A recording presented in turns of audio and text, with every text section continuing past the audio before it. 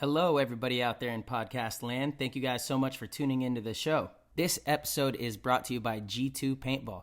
G2 Paintball is a paintball athletics company designed to make you a better paintball athlete. If you guys haven't heard about G2, you need to go over to g2paintball.com right now and figure out how you can become better at your craft.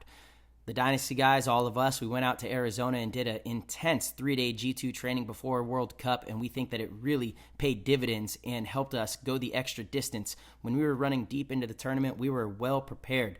G2 Paintball is unlike any other paintball company because they are geared around making you a better paintball athlete. So often I see players training in ways that are not going to help them be more functional and agile on the paintball field. In paintball, you have very specific movements that are hard to train for. G2 Paintball has done a great job of customizing a training program to make it so that you can maximize your abilities on the paintball field. G2 Paintball has also recently partnered up with the Paintball Combine. We're going to be out there in Arizona. Ryan Greenspan, myself, Tyler Harmon, Rusty Glaze, many, many more out there at the Paintball Combine in Arizona. If you guys are in the area, this is your chance to come to the Combine, showcase what you got. You know, everyone says they want to go pro. Well, here's your chance to get seen by all of the pro players and to put your skills to the test and be actually recorded on the national and global level. Do not miss this opportunity. You guys can head over to g2paintball.com to learn more about G2. Head over to paintballcombine.com. Learn more about the Paintball Combine. If you guys are in the area, do not miss this event. This episode is brought to you by Transfuse. Transfuse is the only all-natural electrolyte drink that you guys need to have in your cabinets. We love this stuff. We've been using this for an entire season now. This stuff is amazing. I feel great when I drink Transfuse. I drink it every single day. I don't go a day without putting a packet of Transfuse in my water. It's very easy, very portable, easy to travel with, and delicious to drink, which means that you're going to love drinking it and you're going to drink more of it, which is going to be incredibly beneficial to your health.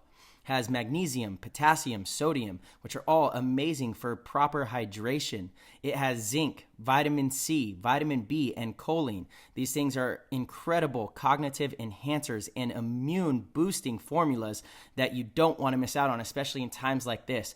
I'm telling you, I drink Transfuse every single day. I love it. Tyler does as well. Anybody who has tried it has been just pouring with great feedback back to us.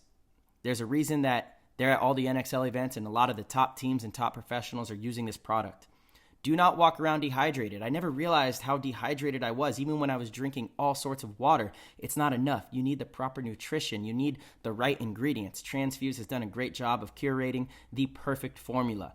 Transfuse is absolutely spectacular, and for all of our listeners, there is a special deal for any Play the Game listener. If you head over to translabs.com, that's tranzlabs.com, and use code PLAYTHEGAME at checkout, you will get 10% off. If you subscribe, which means they auto ship you your package every single month, whatever you want, whatever type, whatever flavor, whatever electrolyte formula you desire, they will give you an additional 11% off. So it becomes a 21% discount exclusively for all Play the Game listeners. Huge, huge shout out. And we are incredibly thankful for our supporters. And if you guys would like to go support them, it's translabs.com. Use code PLAYTHEGAME. We are brought to you by Heal Brand. Heal Brand is the best CBD company that we have ever come across. I've been taking CBD products for years now, and I absolutely love it. But Heal Brand has taken my CBD consumption level to the next tier. This stuff is really the luxurious, high-quality, best brand that you're going to come across. Their whole claim to fame is the nanotechnology. It's the real deal. The claim is that through their nanotechnology, the CBD can actually break through the cellular wall and get into the bloodstream much faster and more efficiently. So you need less to do more. Often CBD products, you'll need to take it for a couple weeks before you really start noticing all of the benefits. With this stuff, as soon as you take it, you notice it right away. Within 15, 20 minutes, you're feeling the benefits of CBD. CBD is great for inflammation, anxiety, sleeping, all sorts of different stuff. CBD is really exploding on the scene because it has such a wide variety of benefits. I personally love to use CBD before I go to bed so I can get a full, well-rested night of sleep. Sleep is so crucial. It's so important. If you want to recover well, if you want to fight off depression and anxiety and those unwanted emotions, proper sleep is where you need to start. CBD products really help me do that. And Heal brand CBD has a wide variety of options of different products, different formulas. It is all natural. It's amazing. This stuff is fantastic. You guys can head over to healbrand.com, check them out. And there is an exclusive offer to all of our PTG listeners. If you use code PLAYTHEGAME at checkout, you'll get 10% off. All right, everybody, we are going to hop into maybe the show of the year. We had somebody so special on right before Christmas, Shane Pestana, absolute legend in the game. He was a legendary player, legendary coach, legendary person, somebody that has truly shaped professional paintball the way we know it today. Shane Pestana was the head coach of the LA Ironmen for their heyday years back in 06, 07, 08, when we won back-to-back world championships. Shane Pestana has groomed tons of talent and is truly, in my opinion, the Phil Jackson of paintball. Somebody who has worked with the top players in the game and just really knows how to bring the best out in people. And it was a blessing, and we are so thankful to have him on the show. You guys are going to absolutely love it. So without further ado, we'll see you in the show. That was an insane inside move by Marcelo Margot. Great communication. And the crowd starts chanting Harmon. Great shot by all the guys. So Tyler Harmon saved that game. He came out with 2 wins. Marcelo Margot was on fire. Shane Pestana, the man, the myth, legendary father, friend, paintball player, legendary coach, legendary just person, all around human being. Honestly, Tyler and I cannot be more thankful to have you on the show, man. What's going on? Yeah, Shaner. Good to be here, boys. Good to be here. I don't know about the legendary part. That's getting a little stretched it a little bit. They don't know, dude. They don't know. They don't know. Yeah. But happy holidays, boys. Good to be here, man. Good to be here. Thank Shane, you, brother. a lot of honor to have you on here. It is an honor. Now you're both pushing it. No, man. No, they don't know. We're going to let them know, though. That's what we have this show for. Mr. Modest over here. A lot of people have actually asked, like, when are you getting Shane on? You know, and I'm like, dude, I don't even know if he knows what Zoom is. Very vaguely. Yeah, this is going to be a total shit show if I'm doing this. But there we go. You've already been more seamless than a lot of our guests, actually. So we're off to a good start. I was worse. I was having a hard time. Yeah. Well, I've heard my wife complain about it enough teaching kids, so I kind of learned that way through default. Right? Yeah. And major shout out in the background for all of the listeners over on the YouTube channel right now. Shane's in the office. His wife has the what does she teach? It's grade school for sure, right? First grade. First grade. So got all the school supplies in the background. Yeah, the converted classroom now. You know. So there we go. Yeah, it's very cool, dude. You know. Yeah, I'm actually trying to teach kindergarten. It's crazy. Like you have to be a teacher from home now with everything that's going on. So it's been wild. Yeah, it's brutal. I don't know. I do not envy you at all, man. It's so rough. Yeah, it's been a learning curve, definitely a learning curve. Yeah, lose your noodle over it for sure. Yeah. How have you guys been navigating that, Shane? Because it's a tough profession right now. She hates it. It's brutal. Mm-hmm. Yeah. She'd rather be in the class, but I mean, it's part of the deal. And then me, I've been working through this whole thing. So, there you go. So as far as me, I just kind of keep grinding. It's kind of brutal, the whole mask thing, and I think, but everyone's going through it. I mean, it's just kind of. It's just the times right now. Yeah, right. I mean, we're all kind of stuck together, so it's but I mean, wow. It's been a crazy year, that's for sure. I can imagine for paintball teams it's been absolutely brutal, just trying to keep guys together and just keep guys sharp, and then not knowing and then knowing, you know what I mean? It's just like totally. I mean, that's been back and forth all year. You didn't know because no one else really knew. You know what I mean? You're like, oh yeah, we're going back in, and then they're like, but no one really knew. Yeah, I think that was you guys take down World Cup, and it's like, someone was playing during lockdown. I think that was the toughest thing, was because since Vegas, that was the event which we actually were lucky enough to see you there. And look, this is how much of a legend you are, Shane. Legendary Ironman player. Show up to one tournament in the last 5 years, and the Ironman happened to win the event, like just because you were there. Just because you were there, dude. Yeah, no, bro. It was really good to see him win. It was fine. I mean, finally, Jesus. I mean, it's been way too I gotta say, it had been way too long. I know. And the people who don't know, Shane is the original godfather of Ironman. And man, he has paved the way for so many paintball players out there, including myself, Marcelo, and countless others. Your favorite paintball players, I mean, Oliver Lang, all of the original Ironmen, and even, Matty Marshall. Man, there's so many players that you've influenced and had such a structurally building foundation on. It's just crazy to have you here and be able to kind of pick your brain on, because people don't know you were one of the best coaches of all time too. You played in the trenches with the best and also have coached the best, which not very many, that's a short list right there. So we're honored, dude, to pick your brain. This is going to be a good one. Yeah. Real quick. It's funny.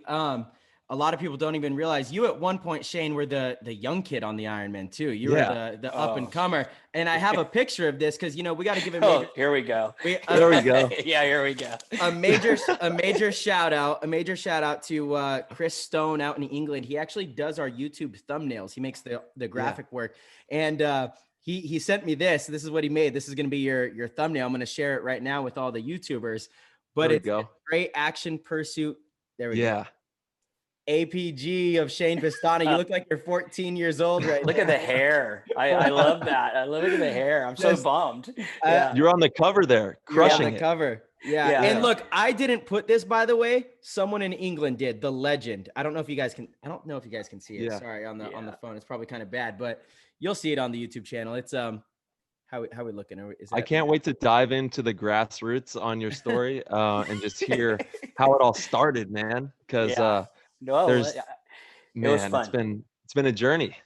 Long journey. It was definitely an adventure, that's for sure. And no regrets whatsoever. You were playing pro not even a few years ago too. In 2016, you were still stepping on the pro field and competing. I was having fun. I think that you were getting down. I shot a few people. I shot a few. I got shot a lot too. But it was fun, and it was definitely an experience at that later part of my life and career that I got to experience you guys now as the old guys. Really, I mean, you guys were the veterans and the stars, and I could just go out there and laugh and have fun and hopefully compete and not make a fool of myself, I guess. Right? It was really cool to be able to play under you as a player when I was a kid growing up. You coached the very first pro team that I got on. I want to talk to you about that in a little bit, and then to be able to, when you put the clipboard down and you decided you wanted to play a bit, there were some questions. Can Shane still do it? And you could. That's the thing about paintball, man. And we love talking about it on the show is it's a mental game, and you're just a winner, Shane. You're just a winner in everything. Before we went live, we talked about Connect 4 competitions that we used to have on the Ironman. It didn't matter what it was. Like anything was a competition. You're a born winner. And that's why you became legendary in the game. And it was so cool to be able to play alongside of you, also play under you. I speak very highly of you. I don't think anyone in the paintball world doesn't speak highly of you. You just, Shane, you've actually curated a lot of professional players, a lot of talent. You might not even know it. You're very modest about it. You like to deflect these compliments, but seriously, man, the listeners need to know how important Shane Pestana is to paintball. That's what I've been saying. They're going to know. Yeah. They're going to know after. Okay. They're going to know. Sold. It's sold. Yeah. No, absolutely. I mean, honestly, out here at the West Coast, it's pretty, we're all pretty fortunate. We get the good weather and we can grind on weekends, and, we have a culture out here that's, it's pretty competitive. And I think that for me, it was kind of easy to kind of dive into that, as all through the years, I found people that were just like me. They wanted to win. They wanted to compete. They wanted to, they wanted to be better than the guys from Texas and the guys from the East Coast. And a lot of times, honestly, we were, I'll rattle some feathers on this. Don't worry about it. And I think that it was kind of it was not, I want to say easy, but definitely made it easier, where other guys are in some parts of the nation or the world that they don't have that, player pool like we have out here, you go to a practice. I mean, where you guys practice, you go out there and it's like, holy smokes, this place is loaded with pro talent and teams, and even, divisional teams a lot of guys don't know about that are really good, so it makes it pretty easy out here, I think. Easier. And you came up in Northern California, correct? Yeah. And man, with a bunch of huge names, Bob Long being one of them, the guy who coached me through my career. And I kind of want to, dive into obviously your first experience with paintball, right? And how you got introduced to this crazy game and then start digging into the grassroots of Shaner. So, I mean, this is so how full circle, right? High school. I'm good. Went to high school with Brian Benini, the owner of Push. No way. Yeah, right. I mean, full circle, right? Not old enough to buy a paintball gun, but Brian is. And he goes and buys us these Splat Masters. We have no clue. They're like little, pistol thing. And I mean, honestly, we were hooked. We were playing all the time, and it just kind of progressed from there. Shaner, what year store did you get those from? Yeah. Oh God, right. Like 86, 87, probably right in there. I mean, that was. That's amazing. Yeah. So much. Wow. And honestly, it was just buddies from high school out there doing it, and then we kind of. It was so funny. We went to my first tournament I went to was at Paintball Sam's. It's a 5-man. We have no clue what we're doing. And then we were using pumps. Using pumps back then. My dad's on the team. One of my buddies. Go. Yeah, we have no clue. We show up with 4 guys. My dad's buddy has to play. He's never played in his life. I mean, this is a true story, bro. We have no clue what we're doing. And we're just getting smacked by everybody. Literally, I think I was probably 16 maybe at the time. And we played Navarone. And back in the day, Navarone was the team. I heard of them. Yeah. I mean, they were legit. I mean, we're like, dude, those guys are bad, right? Here I'm 5'4", little skinny, actually skinny back then. And that was Maddie. Didn't Maddie come up in Navarone later? Yeah, that later was yeah. This is when they were like they were like the world champion. You'd read in the we used to read in the magazines before internet. No way. Yeah, I'm dating myself for sure. And hey, classic though. Man. We didn't win a game all weekend, and we're playing Navarone, and they just thought they're going to run over us.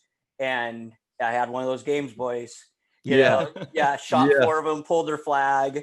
We were so happy. The game in. We didn't even hang the flag, but it was like we actually saw the flag. That's how bad we were getting. And it was like after that, I was hooked, bro. I was like, yes. There's something about grabbing the flag and that whole experience too. I think that or like hitting the buzzer. That just that feeling. You're like, whoa, we did it. Yeah. No, it's well, like for you guys, you hitting a buzzer. It's kind of like like hitting that clutch 3-point shot, to win the game, you know what I mean? Or just, making that huge block that, that defensive stand. I use a lot of basketball analogies, and Marcelo probably does too. Cause I know you were, I mean, that's kind of what it's paintball is very similar to basketball because 5 guys and, and stuff like that. Yeah. I just, it's interesting how that all shakes out, and there's a lot of similarities. And, I mean, obviously, your superstars and your role players, and it's pretty, it's kind of neat how it works together. It's crazy how diversified I feel like the game has become in the last few years, to where like, I don't know. I feel like there's players that are still just role players, but for the most part, I think just about every individual can play every spot, which is really, really unique for paintball. I've never seen that before, in the past coming into where we're at right now. So it's crazy to watch all these pro players that, because of players like you and everybody that you've passed your knowledge to and that they've passed it to. And now we have like this core group of guys that are really good at paintball. And it's amazing to watch everyone be so diverse out there on the pro fields these days. It's actually kind of fun to watch like you said, the transformation, back in the day you had front, mid, and back. And now I kind of look at everybody's kind of a mid guy. They can do, they can play back, they can play mid, they can, if they need to, they can get down and get in the snake, or they can go up the middle. And it's kind of, and if you're not like that, honestly, you're behind the times, I mean? And you look at that upper, let's say the top 8 teams, they have that across the board. And then it's kind of about execution and depth and, sometimes get lucky break and, right. I mean, totally. To win an event, you gotta run through raindrops, and then everyone's got to show up, I mean, it's kind of interesting how it, how it definitely has transformed. The guys, it's so funny. I love the way you say that. That's what's perfect. That? Run through raindrops. You do. Yeah. It's like, but we played some of these mechanical events, and the old guys, old guys like us, right? They always say, it's the best. Those are the best. They're so much fun. And I love it. It's a blast. But the old guys are like, oh, we crush these kids now. And I'm like, dude, no, don't even think about it. I will say that the mentality and the aggression was different back then, though. It was a real kind of a blood sport at that time, and it was pretty rowdy, you know. It was just a different time. And it was a fight club with paintball guns, you know. Yeah, it was underground fight club. Yeah, you know, it was funny. You never heard of fights at practice or anything, because everybody regulated each other, because you knew if you got a little out of line, you're going to get it. You know what I mean? It was like you're getting extra, and I mean, it still happens nowadays, but you know, totally. You know, but and there's less talk. It was like, you know, we're going to go if you get out of line, you know. And it's kind of, you know, actually the first Ironman practice I ever went to, you know, and I was 18, I think. And it was, you know, show up, and these guys are all big and burly and gnarly. And I used to hate them, absolutely hated them, because I was on an pro team, Black Diamonds out of NorCal, and we were okay. We won a couple events. But so I show up, and Bobby's blowing me up. We talked about Bob already, but Bobby's blowing my phone. So come play for us. So I make the move. So anyways, long story short, what time was this? How old are you? You said 18. Yeah. So it's probably like 1990, right? Okay. There. Yeah. Okay. And, cool. And I'll never forget the very first practice, very first game we go out there, and I can play, and I can, you know, hang with these guys, and hell yeah, you can. Yeah. And all of a sudden there's just, the game's over, and these two guys, and I don't even remember who it was. They're like, they're giving each other the business, talking to, and the next thing you know, they're rolling around on the ground, man. I'm just like, what the hell is going on here? And I was like, I'm scared to death of the guy. Marty just comes out, come on, they do that stuff all the time. Don't worry about it. We're good. Yeah. You know, and then they're back. Here we go. Before the smartphone, you know, everybody's got a damn phone now, and everything's, you know, videotaped every which way. There wasn't nothing out there but you two dudes and your paintball guns, and that was it, you know? Exactly. Social media and all, let's get rid of all that. So you go back to beating each other up and no one can say anything. I mean, come on. Yeah. No, the old school Ironman guys were gnarly, bro. Those guys were so rough, and just, you know. Dude. Yeah. That was, you know, inspiring being a youngster. I grew up in the NorCal Valley up there, you know, in your area too. And like, just being around that kind of a paintball culture was unreal to me. Like, that's what I still, to this day, I'm like, what the hell happened here? You know, how did I get so fortunate to be in this valley, where at Rich Telford's field in Modesto, where all the, you know, I would have Cap, Ironman, Dynasty, that's where Excessive birthed out of, and like, just everything seemed to be flowing through Modesto, where I was born. And then I got on Bob's team, and it was just like, you know, being a part of all of your guys' energy. And I never got to be coached by you. You're one of the few coaches that I actually haven't been coached by, that I wish I would have been coached by, because I have so much respect for you. It's just crazy that I still, even though I was never coached by you, I was always watching your video, watching like how you talk to the team and how you get everybody going. So in a way, you kind of did coach me, just because, you know, I was able to watch from afar. Wow. Yeah. I remember you. I mean, it had to be Modesto. We show up there, and here you are. I want to say you played, and I watched you play, and like, watch this kid, he's got game. And you went out there and you were handling, and I was like, yeah, right on. And I'll never forget it. I was talking to you and stuff, and I was like, how old are you? Like, and you were 13. Was that about right? Yeah, that's right. Like 13, 14 in that rate. And I was like, wow, if he can stick with it, this is going to be pretty cool. And now look at us, you know, a century later, and you're out there still winning events and making it happen. It's really cool. It's really cool. It's beautiful. I'm so grateful, man. Paintball, you know, for those who don't know, Modesto, you know, it's a fun city. There's a lot going on in there, and there's a lot of ways that, you know, you can get pulled in different directions. And I'm just so grateful that I had paintball to keep me, you know, healthy and striving for goals and doing all these good things, traveling, seeing, you know, my buddies in paintball. It's a miracle, to be honest. When I sit back and think about it, I'm like, can't even believe I'm still able to do this and like play alongside Marcelo, chat with you on this, you know, this is crazy, and be able to still have this experience. It's been amazing. Yeah, that's one thing looking back, I miss the most is the guys. You know, and the one thing I remember the most, you know, guys will talk about, some people, oh, you remember that game, or you remember when you shot me, or I shot you? I'm like, nah, bro, I don't remember. But I remember the boys. I remember the guys that were clutch. I remember the guys that, you know, that would, you know, when the horn blew, you knew they had your back and you got theirs. And it was that brotherhood that I miss that the most, for sure. I think that brotherhood is the essence of paintball. It truly is. And we were talking about this as well. Like, it's those stories, the camaraderie, the way that at least for me, I know Tyler could say the same, and I guarantee you'll agree, Shane. It's the way that we grew up was much different than any of our friends that were in high school doing other things. You know, we just had a different understanding of life, like a different grit, a different mentality, it was so out of the norm of like, you know, what going on with everybody. And I feel that so many paintball players connect on this because it's such a unique sport. And it's that, you know, as Yosh and Tyler always say, you know, embracing the schlep.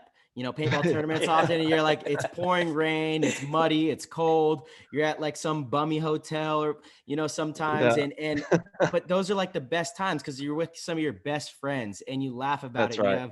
You have lifelong memories from these situations, you know?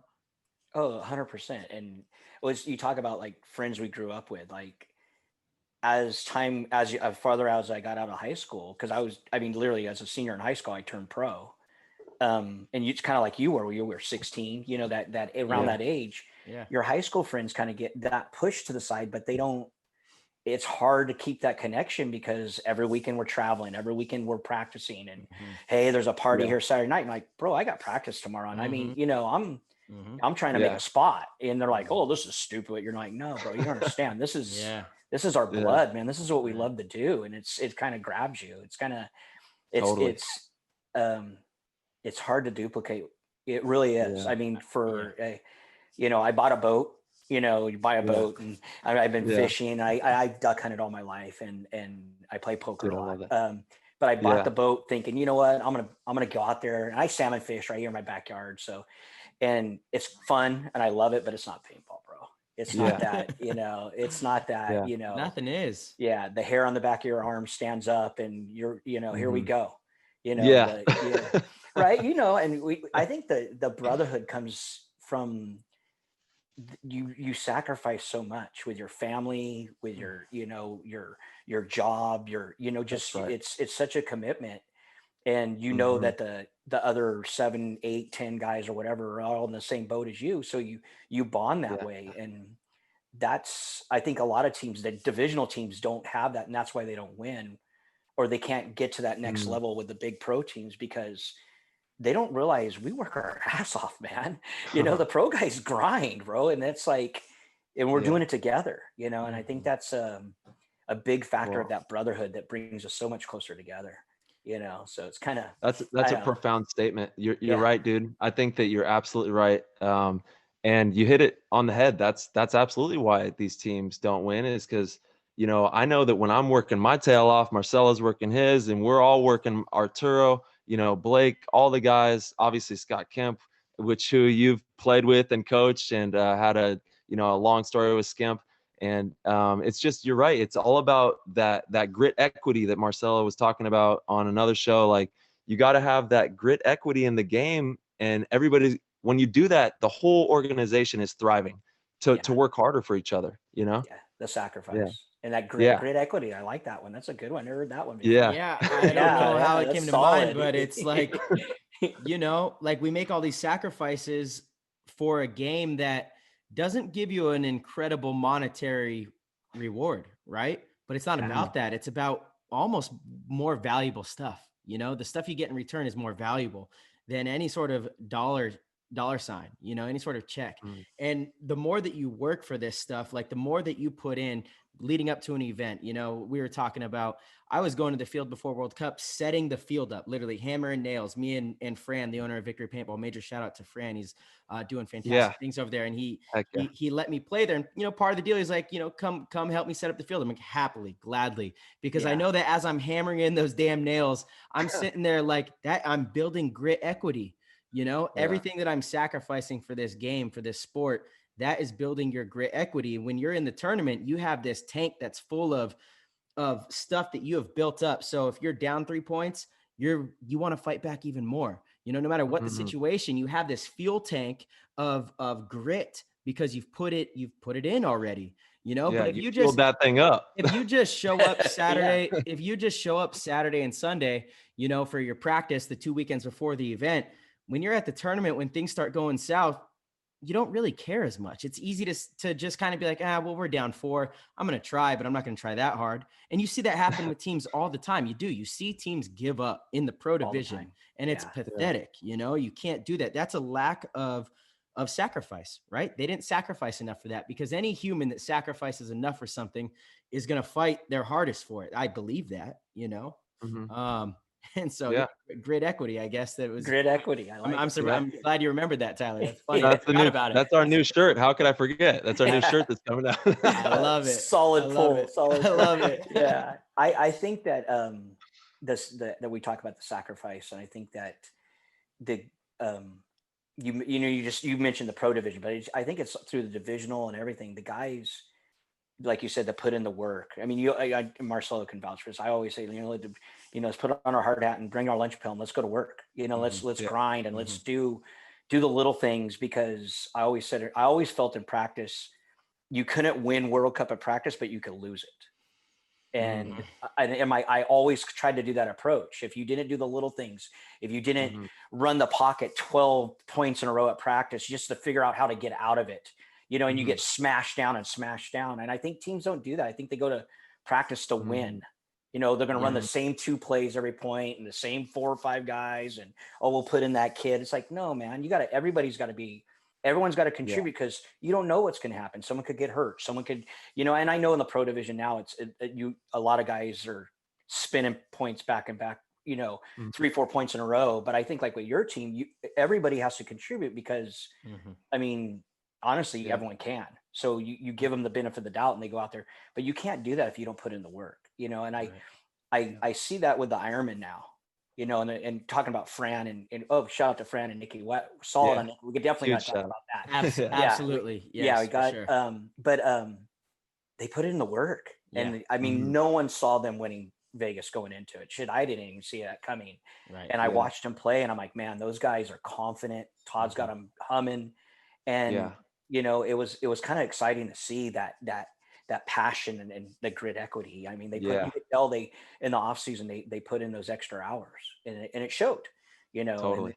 And it's kind of like with you guys winning World Cup, and you guys played X Factor, and X Factor is legit. I mean, they're legit. So they're going to put in the work, and, 1 point game could have went either way, but you know what, like Marcelo said, maybe, the paintball gods smiled on you because you're out there hammering nails and you got to bounce, or you clip this guy where, totally. I could have went either way. Yeah. Went either way. Shane. Yeah, absolutely, man. We've talked about that. That team's loaded. We know that team's loaded.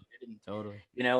Actually, I enjoyed it. I watched it and I was pretty excited about it. And I don't, wow. I got to watch the final, and I watched the men's games. I don't, all the other games I don't really, I'll watch the Ironman. I mean, nice. I'm always an Ironman. The Ironmen were honestly 2 1-on-1s away from beating Impact and playing us, on Sunday. And like, they played good. They played really well. And Nikki was their head coach. Major shout out to her for stepping in Todd's place and handling business, to be honest. Like, as a coach, better than anyone, you can't really coach 1-on-1s, that's up to your players to go out and win those.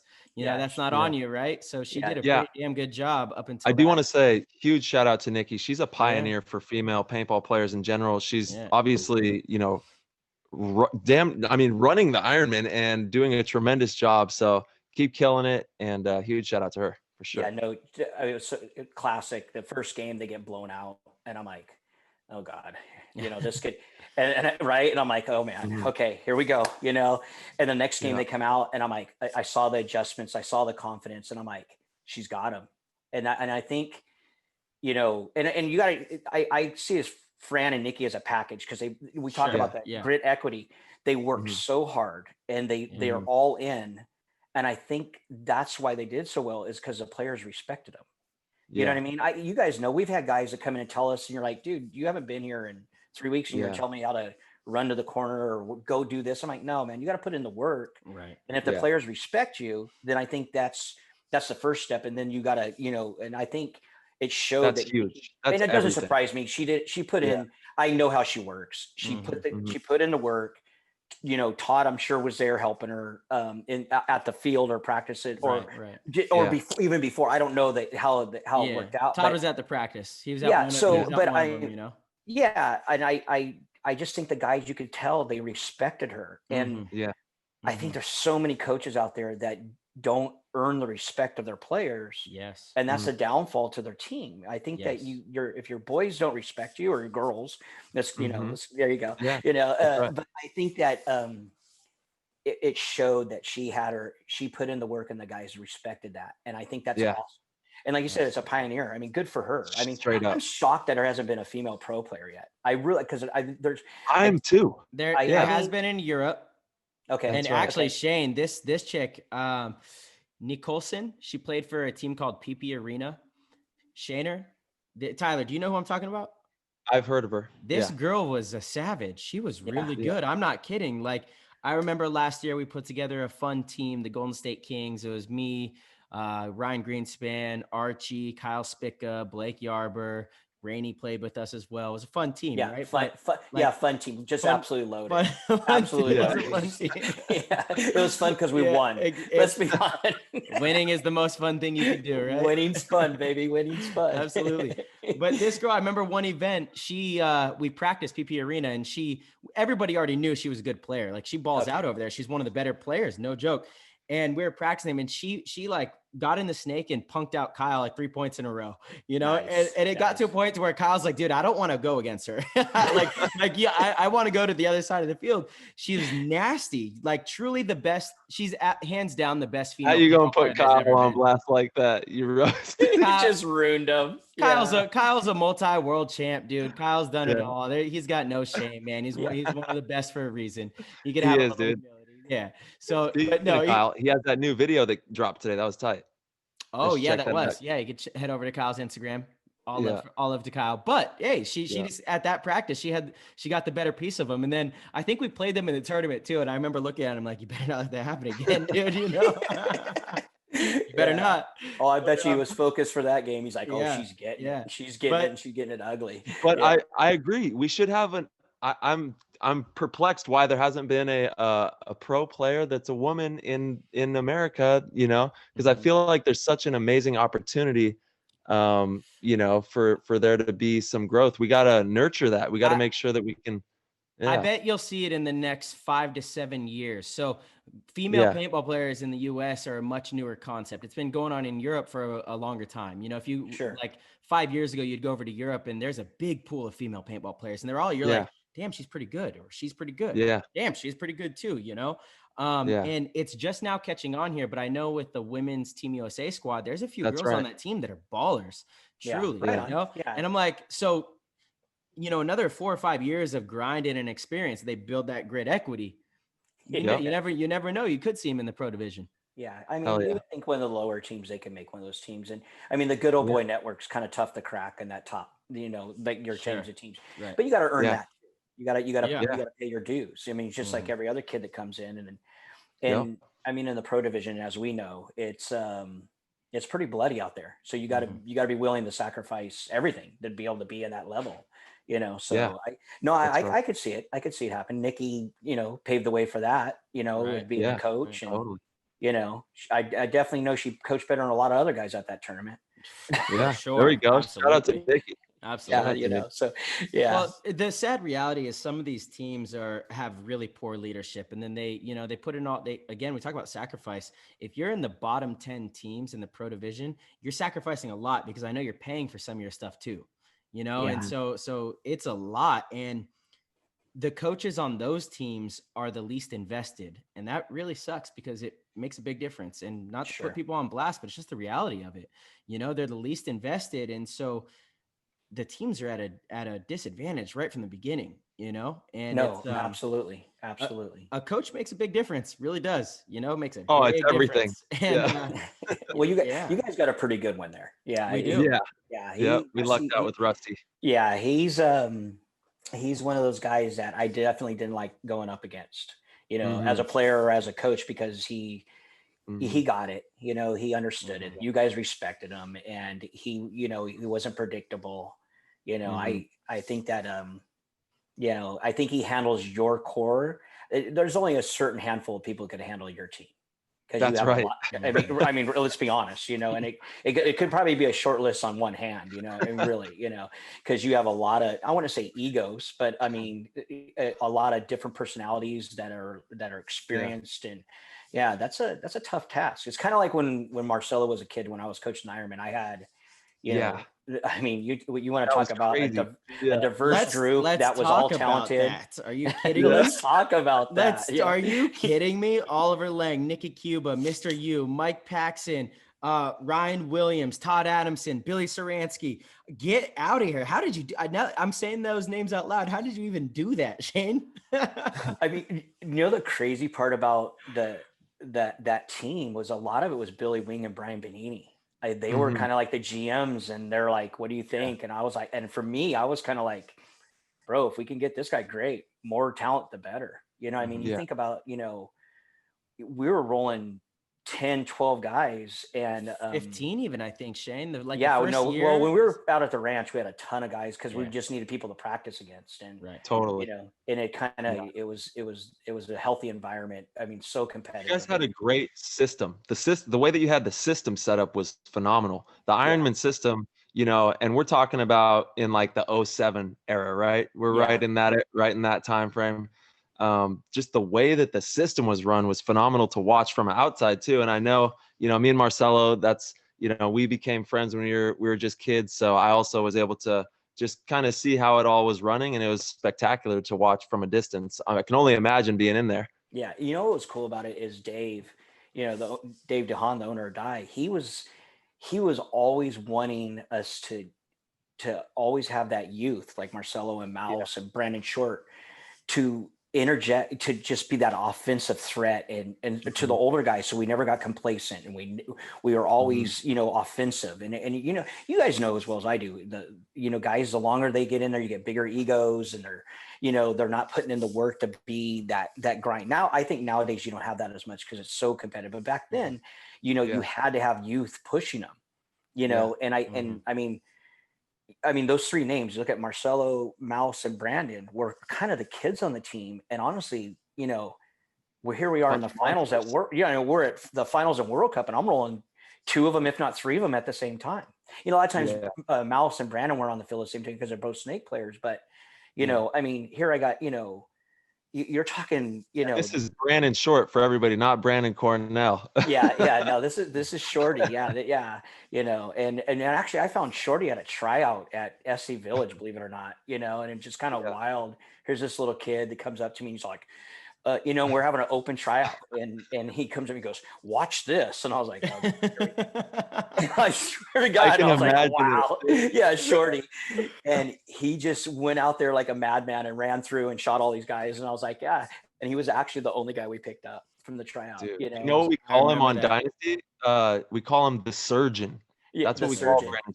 The surgeon. Yeah, He's I can see that when he goes out there. Yeah. No, I could see that. Shorty. He definitely handled his business when he was with the guys. Yeah. Oh yeah. Short was one of the best snake players of all time, especially those years, Shane, like 07, 08. Yeah. He was unreal because he had the speed. And then, I mean, the surgeon, you go through and you stitch people up. Like, that's just what he does. And as he got into the older part of his career, he wanted to play in the back, as typical as that is. Yeah. But he would still, at a much slower pace, because people forget actually that Brandon Short in the last 6-7 years, they think he's a slower player, but when he was young, he was so fast. He was like Carl Markowski fast almost, not quite as fast, but he was like in Mouse fast. He was quick. Yeah.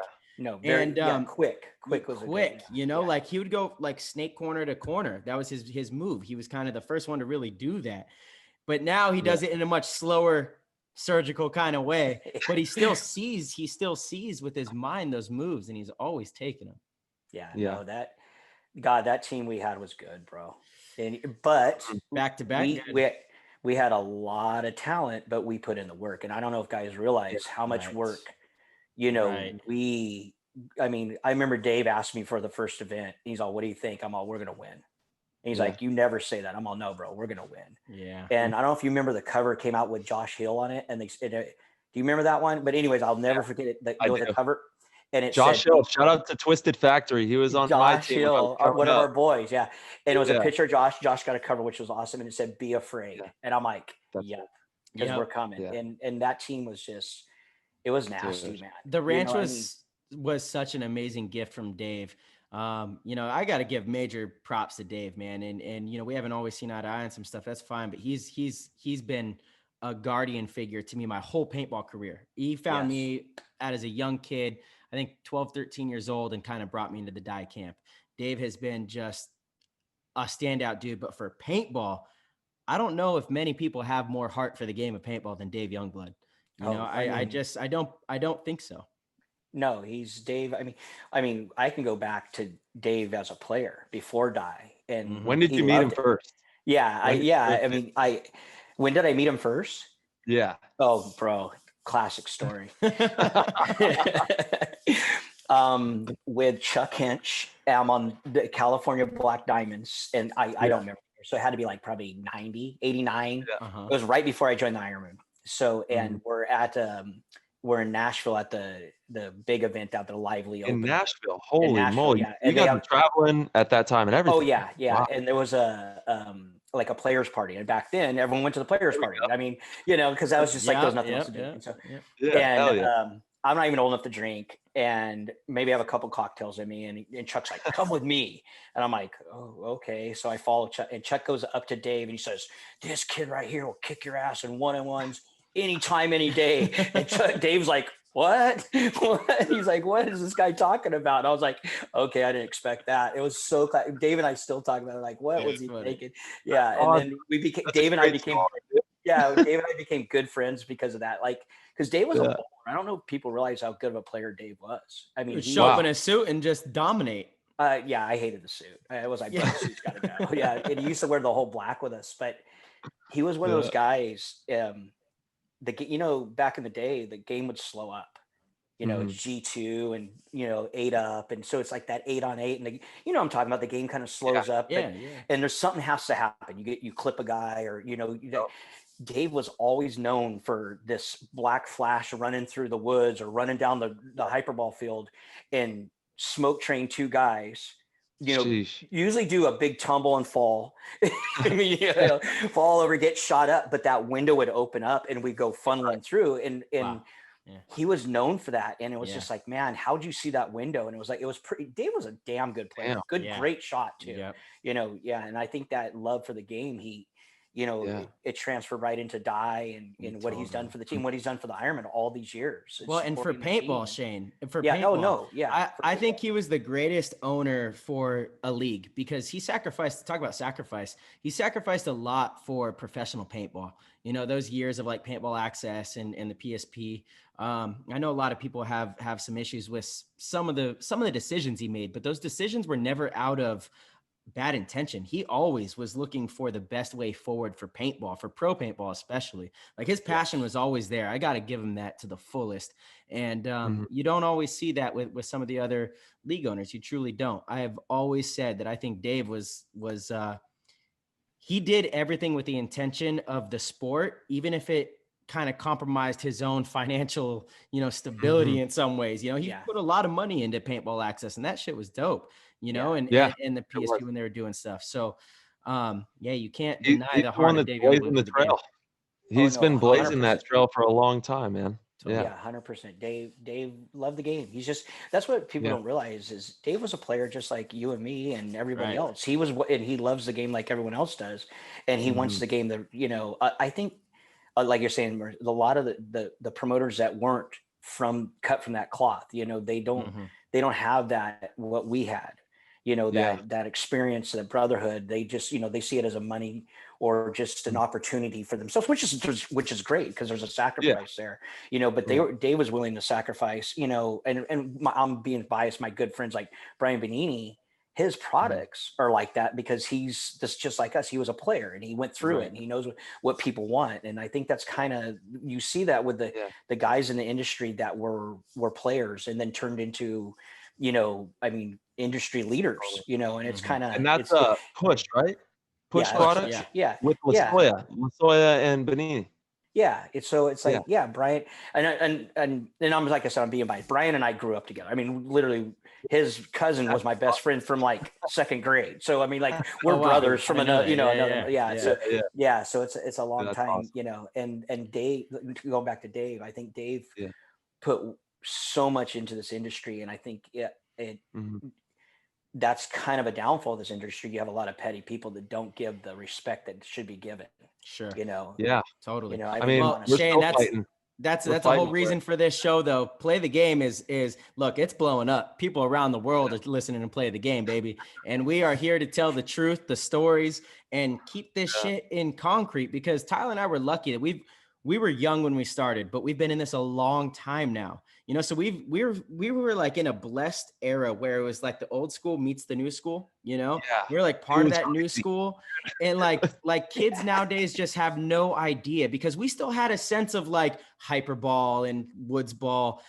Kids now, if they get into pro paintball, it's all air, it's all speedball, it's all the new age, which is fine. That's fantastic. But that was the whole mission statement with this, is like, we want to tell these stories. We want to tell them all over and over, everything. All paintball. Like, this is our history. It really is. It's the history of where our sport came from. And it's important. And the way we see the game too, like all of you guys help to shape the way that we're able to use this framework of thought. And it's an aggressive framework of thought when you step on the field, just like in any type of sports, right? But we want to be able to pass this heritage down that you guys have blessed us with into the future. And that's why we came up with this. We're like, everything paintball, the culture of the game, personal development, and we'll just, have fun with the paintball culture forever. You can tell stories till the end of time. Yeah, there you go. I love it. Yeah, I love it. No, so I think it's healthy, and it needs to be done. And I'm glad you guys are doing it. Yeah. So Shane, speaking of Dave, obviously, you were around when he wanted to rebuild the Ironman. I actually, we'll dive back in a second, but I want to ask you this question about what it was like in that time, because he offered Oliver Lang the biggest contract in paintball history. That was groundbreaking. And you guys were in this big rebuild phase. So talk about the things that Dave has done for paintball and for the Ironman, especially. It originally got brought up because the ranch, that whole situation, why we're working so hard. But back in that time, what were the conversations like when he brought you back on board and you were kind of given the reins to the kingdom? How did you put together that team? How did that all come together? Yeah, well, I think that when the team was kind of faltering a little bit. I don't want to say faltering, but they weren't, as dominant as we would like. And Shane, they weren't good. Come on, okay. They weren't good for years. Okay. Come on, they're my boys, man. I can't pick on them. They're my boys. That's fine. Yeah. And he and I've been at it for a while, and then he asked me to come back as a coach. And at the time I was like, man, I don't want to coach again. I'm over it. You know what I mean? I just want to. And then it wasn't like he was like, dude, you got to do this. You got to do this. It's like, you know what? Maybe it is time. And I can give back in that way and see and challenge myself in another way. And it kind of, so that happened. And real quick, Shane, I'm so sorry. You said, I don't want to come back and coach again, but I think you misspoke, because this was your first time coaching, right? You retired. No, but I was a player's coach before that. Oh, okay. Gotcha. Yeah. I was a player's coach before that. That's hard to do. Oh, bro, you have no idea. It killed my game. I mean, when we had the split from Bobby, I ended up coaching the team. Gotcha. Very reluctantly, didn't want to do it, but they kind of they hooked me on that one. Oh, they got me. Gotcha. Well, you were the man for the job, just I didn't want to let my boys down, but I'm like, man, I don't want to do this. And then I just went, my game just like, whoo. I was like, okay, I'm worried about this guy and worried about that guy, and I'm out there getting shot in the goggles. I'm like, oh, he sucks now. I'm like, yeah, so yeah, dude. But thank God, because you're one of the greatest coaches of all time. I'll say that point blank right here on the show. In my eyes, I think the greatest. I think one of the top five of all time. The Phil Jackson. We talk about basketball references. I've always publicly said that you're the Phil Jackson of paintball in my eyes, and that's no shade to Rusty's still writing his story. I think Rusty's right. It's 1A and 1B to me. That's like Kobe and LeBron. But I've always said about my boy Bob Long. Don't forget about Bobby. Yeah, Bobby just wasn't around long enough. If he was still in it, man, dude, that'd be pretty tight. You guys gotta understand. If you're gonna do like the Belichick tree, I came from the Bob Long tree. Bobby taught me. Yeah. You know, I mean, really, and thank you. When I started coaching again with you or on the team, I was all in, bro. And that's kind of, and I think that's why I think the guys responded to me. I felt that because I had to be, because these guys were, I mean, you know, Marcel, they were animals. There's a lot of talent, a lot of ego, you know. I mean, just having all of our alone's like dealing with 5 egos. I mean, I love the kid. He pissed off this guy and piss off that guy and then go shoot 5 guys. And how do you be mad at him? Yeah.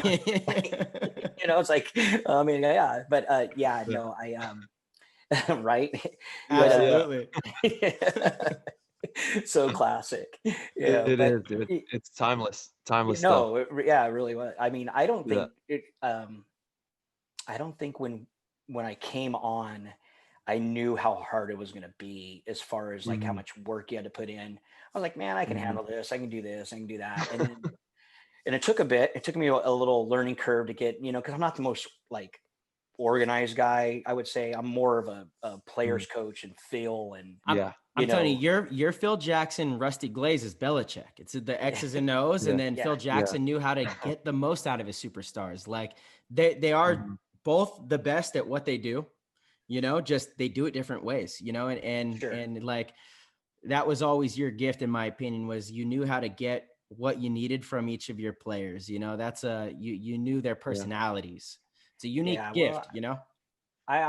you know, I'll toot my horn. I'm good at reading people, right? You know, so I always felt that way. And sometimes at the poker table, I think I got him, and then then I give my money away, and I'm like, come on, like, what are you doing, you dummy? It's so competitive. I hate to lose. So, you know. Dude, poker's fun, man. I love me some poker. You guys taught me how to play poker. That was another game we played on the Ironman. You guys taught me. We used to play poker. That's so funny. Yeah, well, it's the best. It's funny you mentioned the Ironman, the games. When I joined the Ironman, I was a lot younger than all the guys. And I was like, okay, how am I going to handle this? You know, I'm thinking I'm just going to go ball and hang out.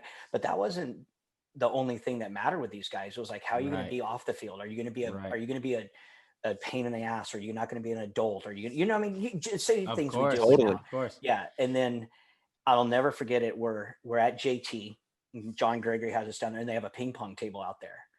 And I'm like, and I can play ping pong pretty good, right? And Clayton Kyle's there, and Marty Bush, and they're all talking shit.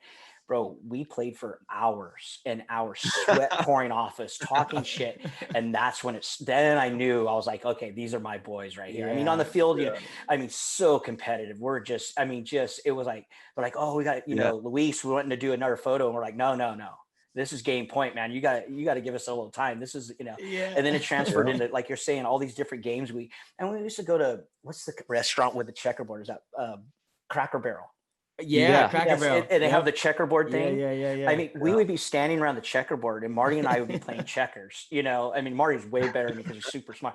But it was so competitive. The guys are like betting on it, and it's just like, you know, like, get in here. Someone talk shit, like, okay, you're next. You know, that's just how we were, bro. And then like we transferred it with you guys with the Connect. I mean, Connect 4. I would go to Walmart and buy a Connect 4 and bring it to the room. And we would play for hours about it. I mean, it was so much fun.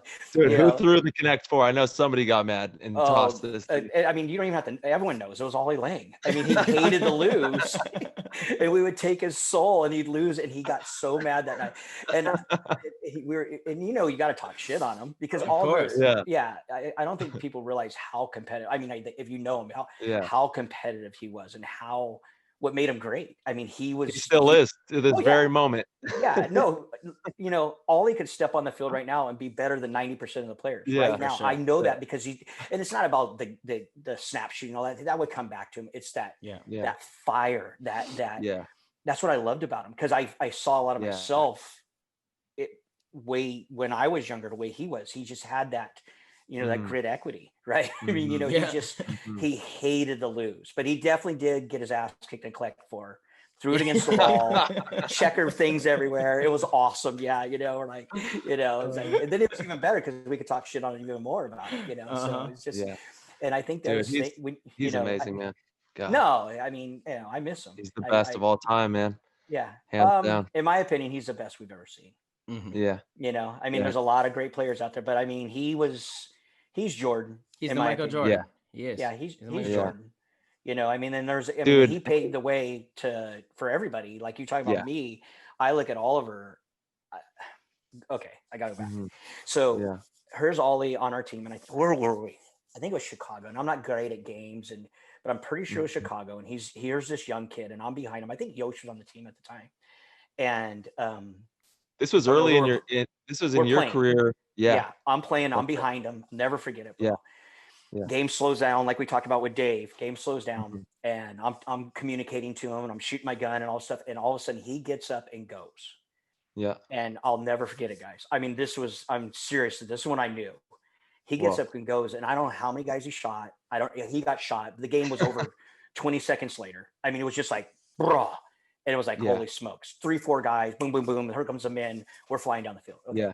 So I'll never forget it. After the game, this is Tim, man. So after the game, we're picking up pods. I'm sitting in his bunker and trying to figure out what he saw.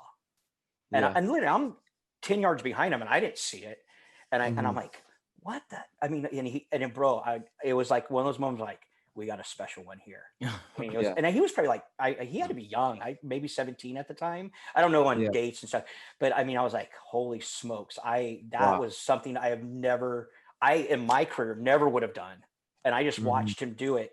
And I'll never forget the ref was yelling, get off the field, the game. Like 30 seconds. I'm like, no, dude, I got to walk through this. Did you guys see? I'm like, did you see that move? I'm like, bro, this is like legendary move you just made right there. And it was, and I knew then, I was like, man, we have something special here. This is like, I was up in NorCal then, right? When you guys were practicing up there? Or no, this was at an event. This was at a tournament. Oh, whoa. Yeah, this was at a tournament. He did this. This is when he was with the team, and I'm pretty sure it was Chicago. He did it. Yeah, it was on an airball field. I mean, bro, I'm so many games, and of course, but it was. I mean, seriously, guys, I literally got into his bunker and was sitting there like, what the hell did he see? I mean, there's dudes everywhere, and he just. It was like this guy looked this way, that guy looked that way. Yeah, it was magic. It was just like poof, and it was like guys walking off the field, and I was like, wow, it was really cool. And how many times? Dude, we saw him do that so many times. His ability, he's using his ears, he's using his brain, obviously. He's communicating and setting things up the way he wants it to be set up to make his move happen. He's DJing the whole thing. He's quarterbacking it like a master. And even sometimes without even saying a word, like you said, just in an instant, taking off on his instincts. Yeah, the window open, which was no window in my opinion, but there was a window for him. And, right. Yeah, no, and I didn't talking about. I think he paved the way for the players nowadays because the style now is so much like him. And I think a lot of guys, piggybacked off. And there's so many good players. You're looking at two of them right here. Yeah. Right. Yeah. I agree. I couldn't disagree with you more, I mean, I've taken so much from him. When I came on the team, I've been with the team since 2013, and I was fortunate enough to come in and be able to play alongside him, Yosh, Ryan, Alex, the four horsemen that we call, and a bunch of other phenomenal paintball players. And, even like learning from Brandon Short and, like players like that, it's been crazy. And Oliver dude, he just lights you inside. He lights you up. And there's something unbelievable that happens when you're in a huddle with that guy, and it's infectious. And that's like, I feel like that's where I've gotten a lot of my passion from, obviously. And, he used to come out to Modesto when I was a kid too. So I've known him since I was like first in the game, and been so blessed to watch his career and then, be able to join forces with Dynasty and then play alongside him. It's been a dream, it's been unreal. Yeah. Well, I think when you joined the Dynasty, bro, you handled your business just fine, bro. I saw that how you were, there's Tyler in the corner again. God damn, how did he get out there again? I hated playing against you guys. I was with you on that one. We had a rough go against Dynasty for a couple seasons, but we finally took them down at the World Cup. It was like it was the sweetener at the very end. Little brother finally beat big brother. Yeah, it was that grit equity of getting our ass kicked every week in San Diego. Shane, I want to kind of dive back in though to when you took the reins with the Ironman in 2005, right? And then you guys got you guys got Oliver in 2005. That's right. And that year was kind of a wash, but 2006 was when you guys really started rebuilding. You were trimming the fat and stuff. How did all those conversations go? Because again, this is monumental in paintball history. The first $100,000 six-figure contract, goes to all over 5 years. It's a big deal, you know, like this was headline news across the paintball world. Ironman were making a comeback. You guys were going to build a championship franchise. Took 2 seasons, you know, but then got back-to-back championships. How did that all play out from the start to finish, really? Well, when I came back, there was, like you said, there was a lot of older guys, and there was not a lot of the youth wasn't that offensive youth that we were looking for. And talking about Dave, all Dave ever wants the Ironman to be today, and even back then, is offensive. I know you've heard that. He wants them to be aggressive. He goes, I don't want my guys sitting there shooting their guns and holding a lane. He goes, I would rather lose and be offensive, you know, and of course he wants to win. But that was his mentality. And then he would just say to me, go get him. He wasn't a Jerry Jones where he would be like, you know, oh, I saw this and you should sit this guy or none. He was like, he gave me the reins and it's like, I just want you to be aggressive. And he knew who I was. He knew I was like, I wouldn't be there if we weren't aggressive. That's who you're Mr. Aggressive himself, bro. You got the passion. Like, bro, you got to get after it. If you weren't aggressive, you weren't going to make the team. I mean, honestly, that's just the way it was. You know, there was a lot of solid players that probably would have been helpful to our team, but they, you know, we needed offense, you know, and that's all I wanted, you know, because kind of starts from the top, you know, the owner says, you know, I want aggression. I'm like, yeah, buddy, I'm in, you know, and got it. Yeah. And so when you guys know, when you get the older guys who are friends of mine, when you get those guys that are on the team, you know, it's a hard cut, but they know it's coming.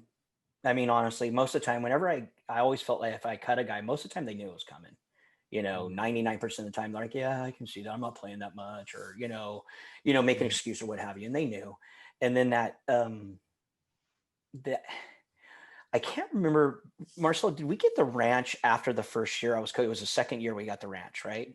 We got the ranch in 07. Start of 07. So it was after we won a championship, or no? No. 07 was the first year we won a championship. Okay. So we got it in that off season and started. That's right. Yeah. So I think the ranch, and if anyone doesn't know, Dave purchased a ranch for us to practice at, and it was. Dude, that's amazing. Yeah, we had 100 acres. What the heck? It was awesome because literally all we did was show up there on the weekends and grind. You know, we took a box truck down there with a case of paint, and we were playing in the dirt. It wasn't, you know, these guys in grass and on turf. You're talking about great equity right there. Yeah, no, bro. I mean, as a coach, I was bleeding out there. I mean, Jesus, it was brutal, you know. And we would I think that we beat on each other so much and for so long that when we showed up to that first event, it was like finally someone else we can punish. You know what I mean? And we just were, and I think a lot of in any sport, I think confidence is so key. But I think that as a player, as a coach, as a team, if you have confidence, sometimes it can be an inflated confidence because you didn't put in the work. Or I think with us, it wasn't none of that. It was like, we just want to beat somebody else besides ourselves, because it's like, find out how are we that good? Are we kidding ourselves, or where are we at? And we had these kids on our team that was just like, you know, we don't know how they're going to handle it under pressure. And I think that, and just that vibe we had with it was just so, that culture. We talk about the brotherhood. It was like, you know, I mean, we're playing dodgeball at night, and we talk about the games, and we keep referring back to these things that we're not on the field. That creates that culture. That you bond together, and you're going to do whatever it takes and you're going to make the sacrifices. And we had that. I mean, you know, that team was, you know, I honestly, it was one of the better teams. I think it was the best Ironman team we ever seen, compared to the guys even back. The old Ironmen were nasty, bro. Those guys knew how to win, and we never lost 2 games in a row because just it was that mentality. Everybody was like me. And that came from Bobby. Bobby was the ultimate competitor. And that's why Bobby was so good. You know, and you know, Tyler, Bobby was the ultimate competitor. He refused to lose. And that's where I got it from. Him and my dad. My head off all the time. He would rip my head off. It was just that my dad was the same way, that competitive fire. And Bobby was like that.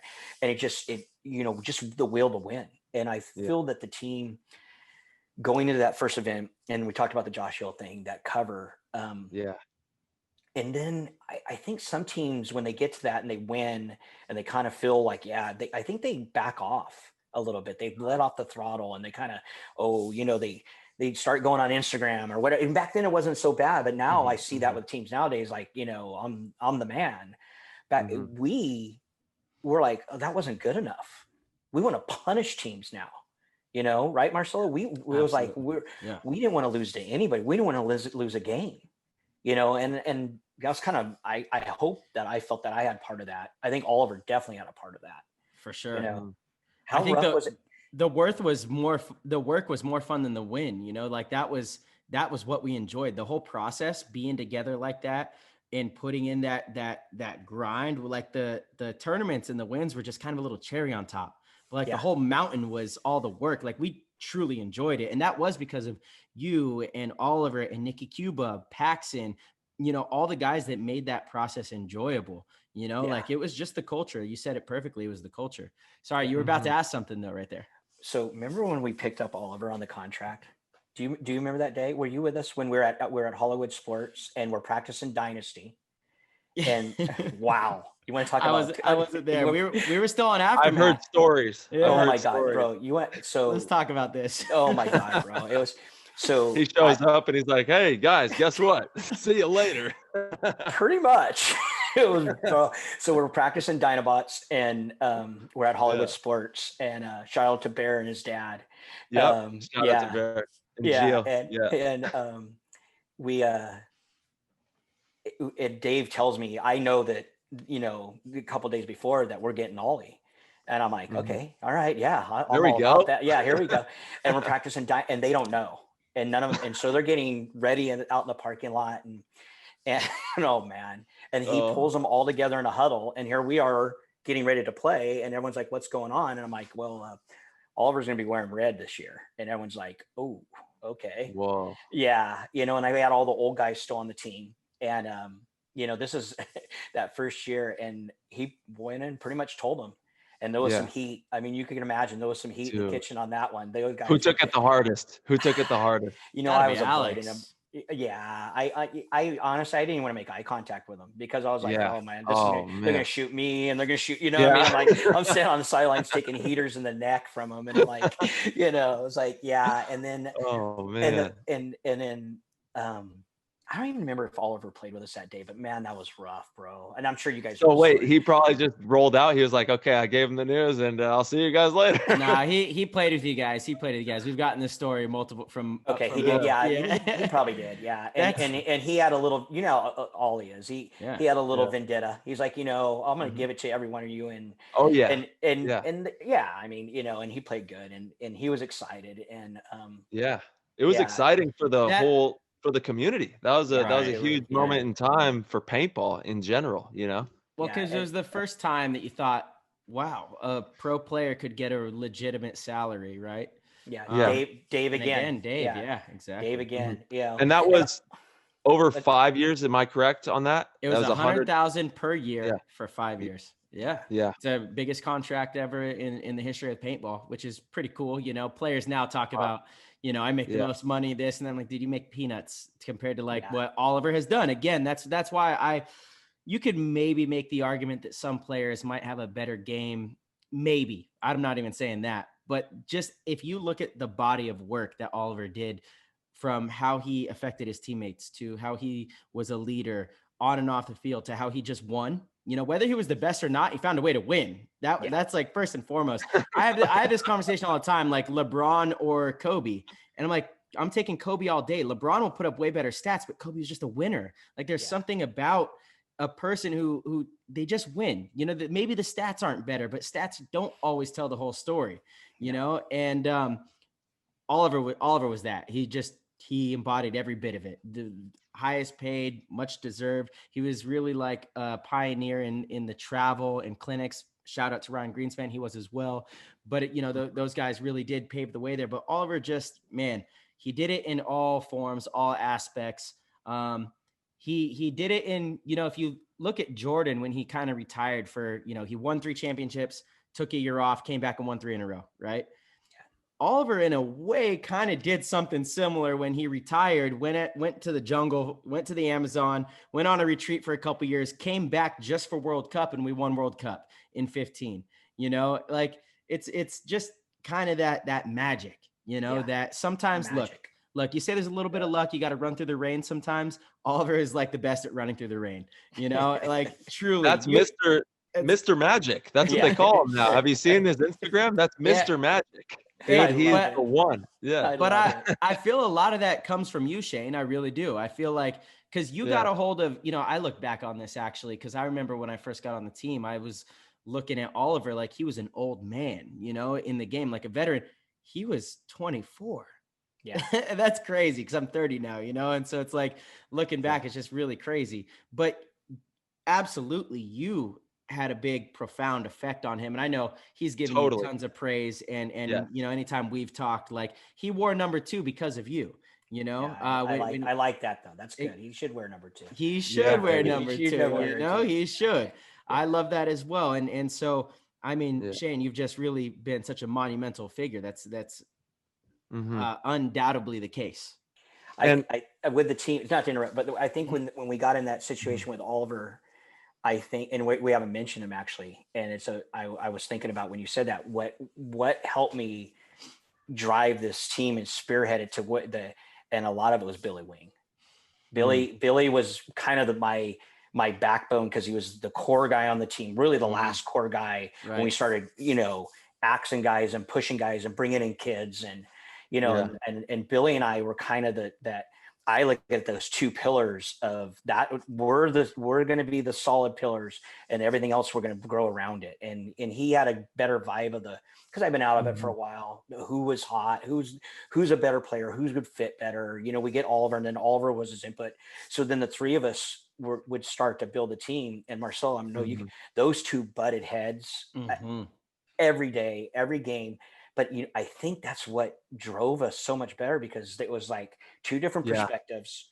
Yes. But both were, you know what I mean, knew what we needed to do to win. And then we get on the field and I play them together and they play phenomenal. You know what I mean? It was just it was interesting how those 2, I mean, Marcelo knows we'd be walking the field and they'd be fighting with each other for 15 minutes over the stupidest stuff. And I'm like, guys, it's okay. You know what I mean? But Billy was a huge part. And you need that. You need that. Oh, no. Yeah. You as a coach, you got to have your guys that know the game, but also can, you know, my voice the coach's voice is going to get tired.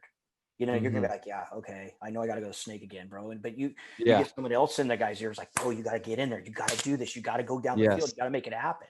And we know we've all had that. You know, you always have everyone's had a brother that knows the game and you respect. And I think Billy had to respect everybody. And that's what helped me spearhead this, you know. And then we had Pax, who was the glue. Yeah. Pax was the glue. Pax, People forget how nasty Pax was, dude. As that glue. When I was a kid, dude, he was on Chicago Aftershock and stuff. I was like, oh my God, this guy's off the charts. Yeah. I love Pax. Pax is my boy, bro. He's the best. Yeah, Pax always talks about when the Ironman used to go down to LA and practice. And so when I was with the old guys, and he was on whackers, and we would just beat him down and beat him down. And he talked about, he's like, bro, I hated you guys, but I wanted to play you guys. I wanted to play with you guys, you know. And he goes, he's like, bro, man, I don't like this. And I'm like, nah, it's okay, bro. We talking about it like that. And then the next game we go out there and just slap him around again. And he's just like, you know, he's such a competitor. Yeah, but Pax was the glue that brought kind of the young and the old together, I felt. You know, I'm not dying to deflect on what the upper guys did and management did. I think that he made it fun, but also he was the older guy and he did a lot of little responsibilities, like Oliver, Marcelo, like checking the paint and stuff like that. I mean, those little things guys do that I don't have time for that, and you don't have time for that, but Pax would make time for it, and it's so important that, man. No, you're touching on such a crucial thing that I think just summarizes how you were as a coach. A team you can't have 5 of the same players. You honestly probably couldn't have 5 Olivers. You know, you probably could not. You know, like I'd kill 4 of them. Yeah. Fair enough. You know, you need like the perfect collection, the perfect group of people that everyone brings a unique value, that it comes together come Sunday in this perfect masterpiece. And that's how you win, you know? And for some, I just always felt you had such a good eye on that, which is why I keep pressing you on this kind of question. You've been avoiding it a little bit. Okay. All right. Bring it on. Because Shane, like I know you had to have a big say in who was coming to the team. So Oliver came to the team in 2005, right? Big deal. Team didn't do great, you know, did a little better. And then we were old and tired with Oliver. Exactly. Right. And so, and then like all the changes started happening 2006, mid 2006. That's when you guys had called me and Mouse was after like the first event in 2006, actually. But then you brought on a bunch of people too. I think that same year you guys brought on Rainey. That might've been 2007. Ronnie Filipponi was on the team at some point, Scott Kemp, all these names. So how did you paint that picture? Because this is for our listeners, our coaches out there that are looking for talent, like what was it that you were looking for to build the championship team? What was it you were seeing? What were those conversations like? Well, it's so funny. Guys don't know this, but I would literally write down squads. Yeah, none of you guys would see this. I wouldn't let you guys see this stuff. I would write down names of the players, and back then it was more, you had your ones, your twos, and your threes. Ones are your front guys. And I would, 2 1s, 2 2s, and 1 3.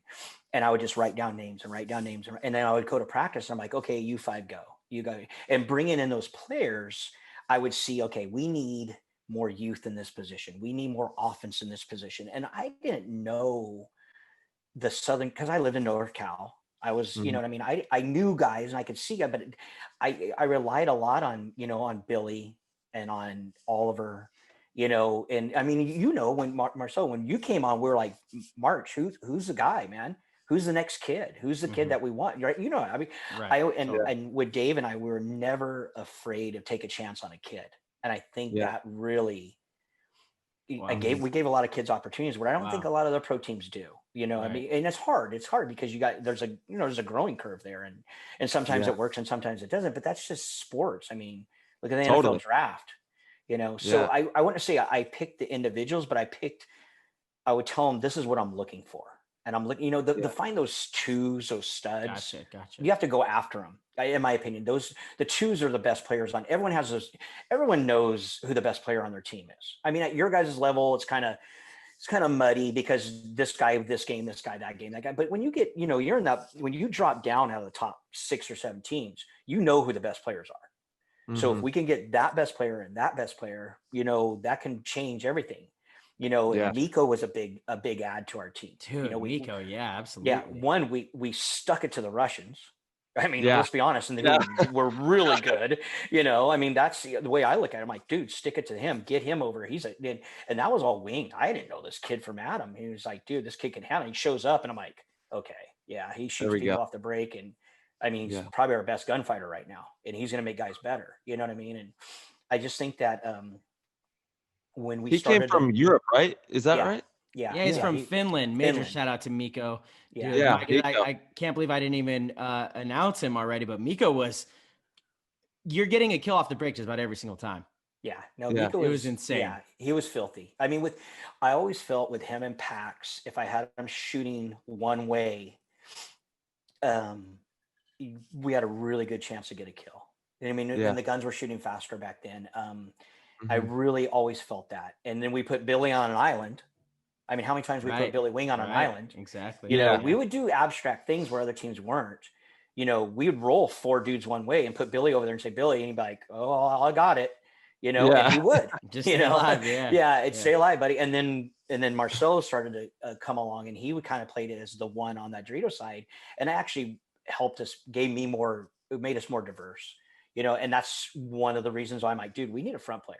And Dave's like, this is the kid, bro. This is the kid. And I'm like, well, let's make him happen. And, I mean, you guys kind of know me. And if people don't, I'm all about giving him an opportunity. Let's let him. I mean, Crunchy played on our team. Yeah. I mean, Crunchy. Shout out. Yeah, right. Crunchy. Crunch dog. Yeah, right. I loved Crunchy. Did he deserve to be on that team as far as talent wise? Probably not, because that team was so low. But Crunchy had something that other guys didn't, was that speed. And honestly, I told Crunchy to go to their side of the field, I don't know how many times. Yes. And he would do it. Yes. And what did we call that play? The shuffle. The shuffle, the Kansas City shuffle. That's right. Yeah, oh my God. It was when the X had the pins. It had the pins leading, from the center 50X. And we'd always send Crunchy to that second pin on their side. That was dominant. Yeah. And I think he was from a movie or something. And he was so small, he was behind the pin and he would just murder guys. And a lot of times, what I liked about, we were so tight back then, is when I called that play, a lot of teams would be like, their shoulders would slump. It was like, man, we're going to give up a body. My guy, we're like, yes. Yeah. And a lot of times we were doing it when we were up, because we just wanted to stuff them even more. I'm like, and there was, and honestly, a lot of times, I mean, guys wouldn't know that, but I'm sending Crunch up to do that. But then I'd have 4, probably the best players out of the top 10 in the world behind him. So if we lose him, okay, no big deal. He go out and shoot 3 guys and like, game's over, and it's like, I mean, do you remember Crunch when he came out of the dead box at World Cup and he ran to the corner march with guns all over him? I don't know if you probably, so he's in the dead box because we had to put somebody in the dead box because of me. Remember, I got a penalty for the goggles. Well, anyways, for anybody who doesn't know. Oh my God, I do remember this. Yeah. So this is in the finals, Tyler. This is in the finals, and he's in the dead box, and we're watching Russians. The clock. Yes, we're watching the clock chip down, and I'm like thinking, okay, he's going to dip into orange or apple, which is the 2 closest bunkers right there. I'm like, we'll see what happens. Here's Crunchy, runs from the dead box, which is in back center, all the way to the corner with guys, all over the field, makes it. And I'm like, oh my God, I can't believe he made it. I'm like, first I'm like, where are you going? Then he makes it, and then he handles, and it was like one of the hugest points for us to win World Cup. Yeah. Things you wouldn't even think of. Yeah. I mean, I remember it's weird. That was in game 3. So we lost the first game. We blew them out the second game, and then game 3 was a nail biter. I think 7-6. Yes. But I remember that point was towards the end of that match. I know exactly what you're talking about, Shane. Yeah. Well, the biggest point, you won't know this, but Marcelo's in a 1-on-1 with and Kirill. And 2 huge names, right? Yeah. And he's in a 1-on-1, and they're both out of paint.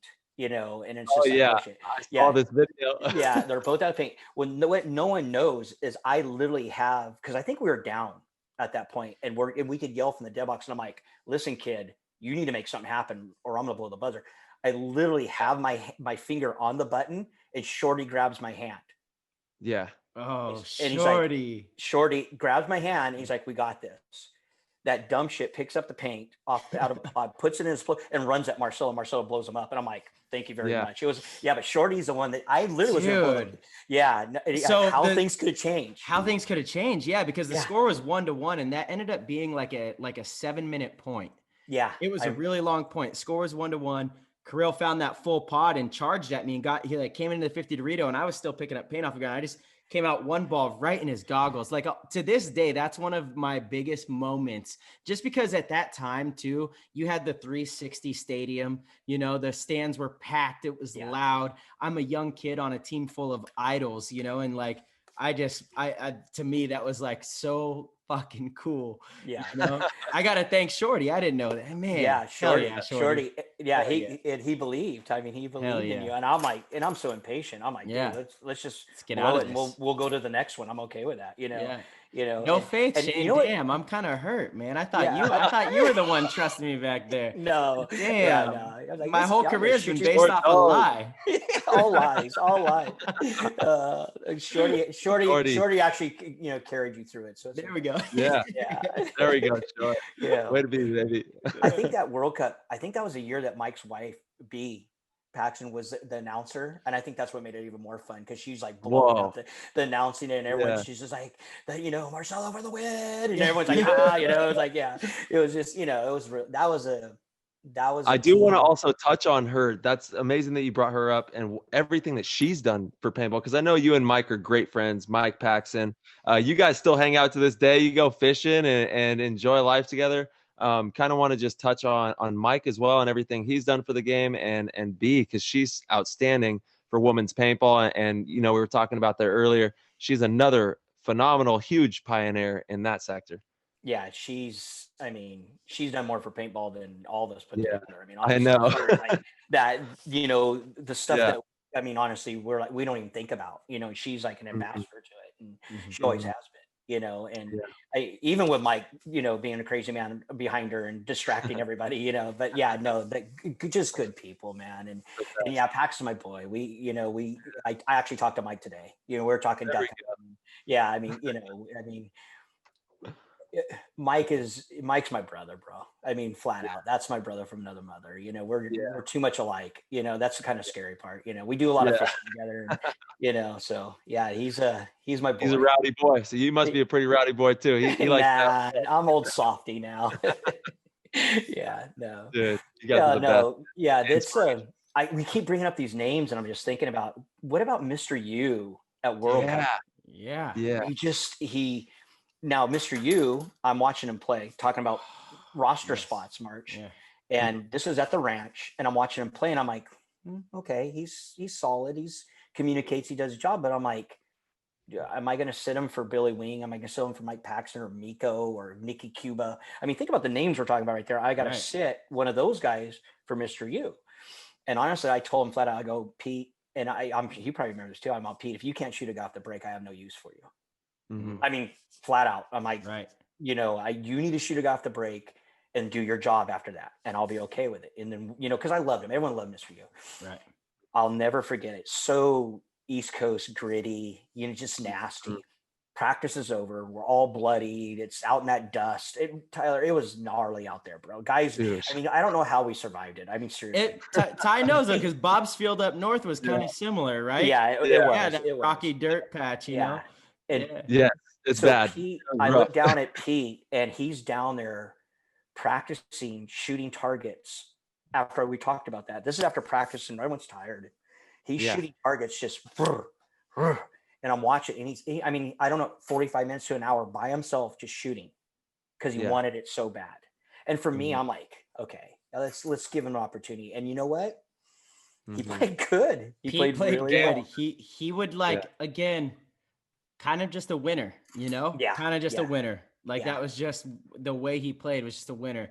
He did make a big mistake that event. I remember he thought the game was over. He went down the snake side and he shot a couple people and then celebrated. He turned to the crowd and celebrated and got shot in the back. I think it was in the finals too against the Russians.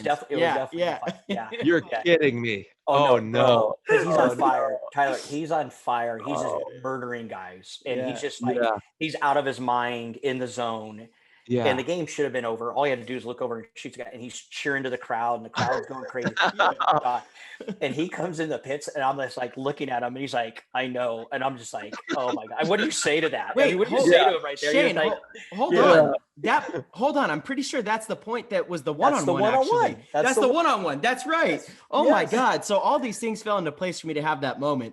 He should have shot Kirill. He should have shot him. 100% should have shot him. That's right. That's so right. Oh, that's right. Dude, but it created your moment. That created your moment, dude. If it wasn't for him already rocking out there. And short.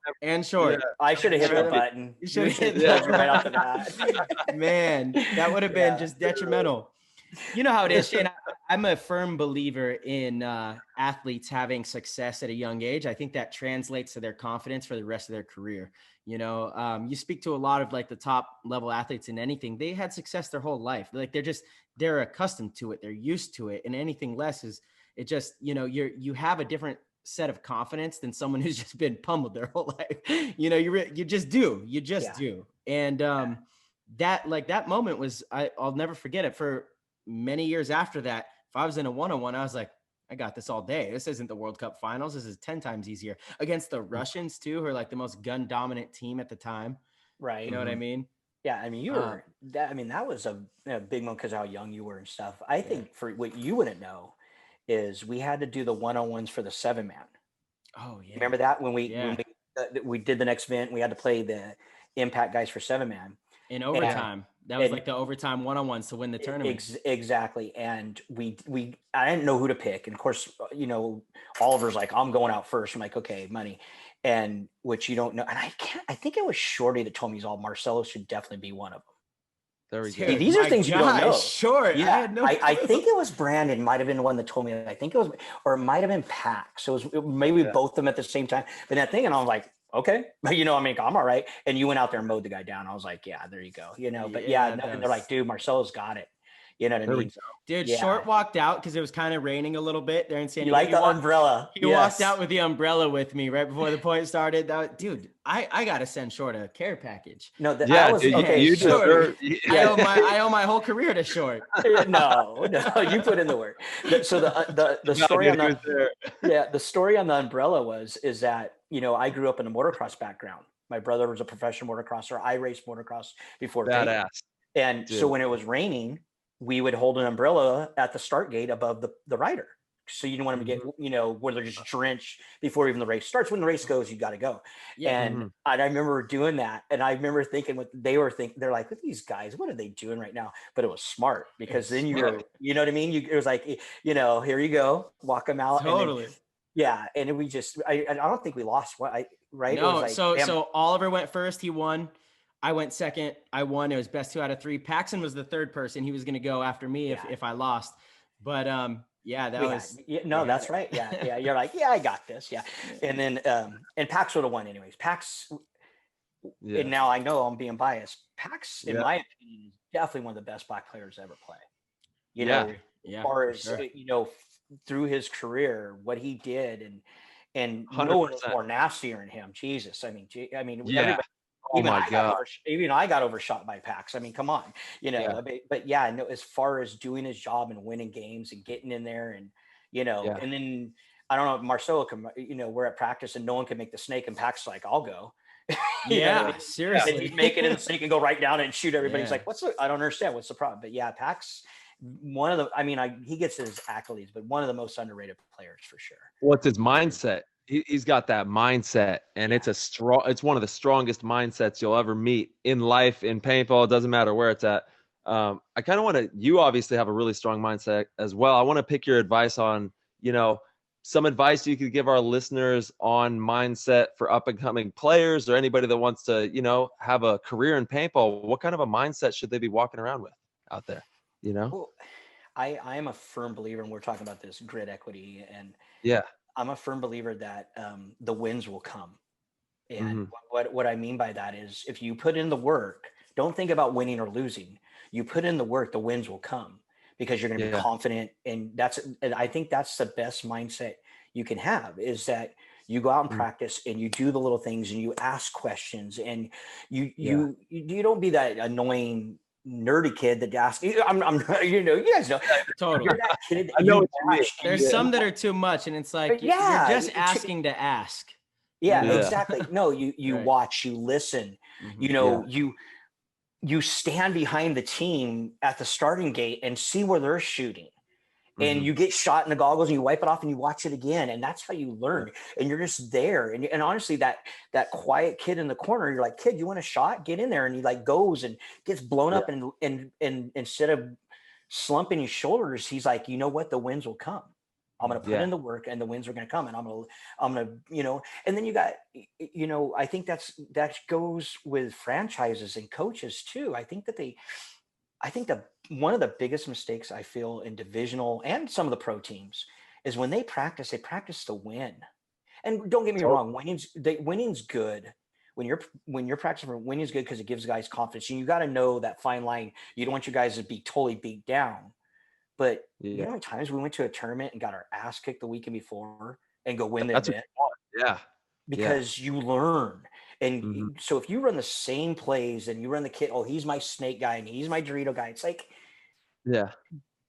think outside the box, be creative, do crazy plays and laugh about it. And that's how you get that brotherhood, because you're like, bro, we got our ass kicked today, but you know what? We know what we need to do when they do this, and we know what they need to do when they do that. And when they do that, we're going to do this. And I think coaches make that mistake all the time. They don't give your snake player an opportunity to play the Doritos. Yeah. I mean, as a snake player, they're like, dude, I don't have to be on my belly today. Like, bro, Marcelo, you're a kid, you're playing on the snake. And he's like, oh, okay, I'm more of a Dorito player. Marcelo gets in the snake and handles business. And you're like, so, okay, Shorty goes down and Mouse's gun's not working. I'm like, Mark, you're going the snake off the break. Yeah. And he could do it. That's that confidence in that, I mean, I feel that that's what coaches need to do. Give them the freedom. Don't tell them how to play the game.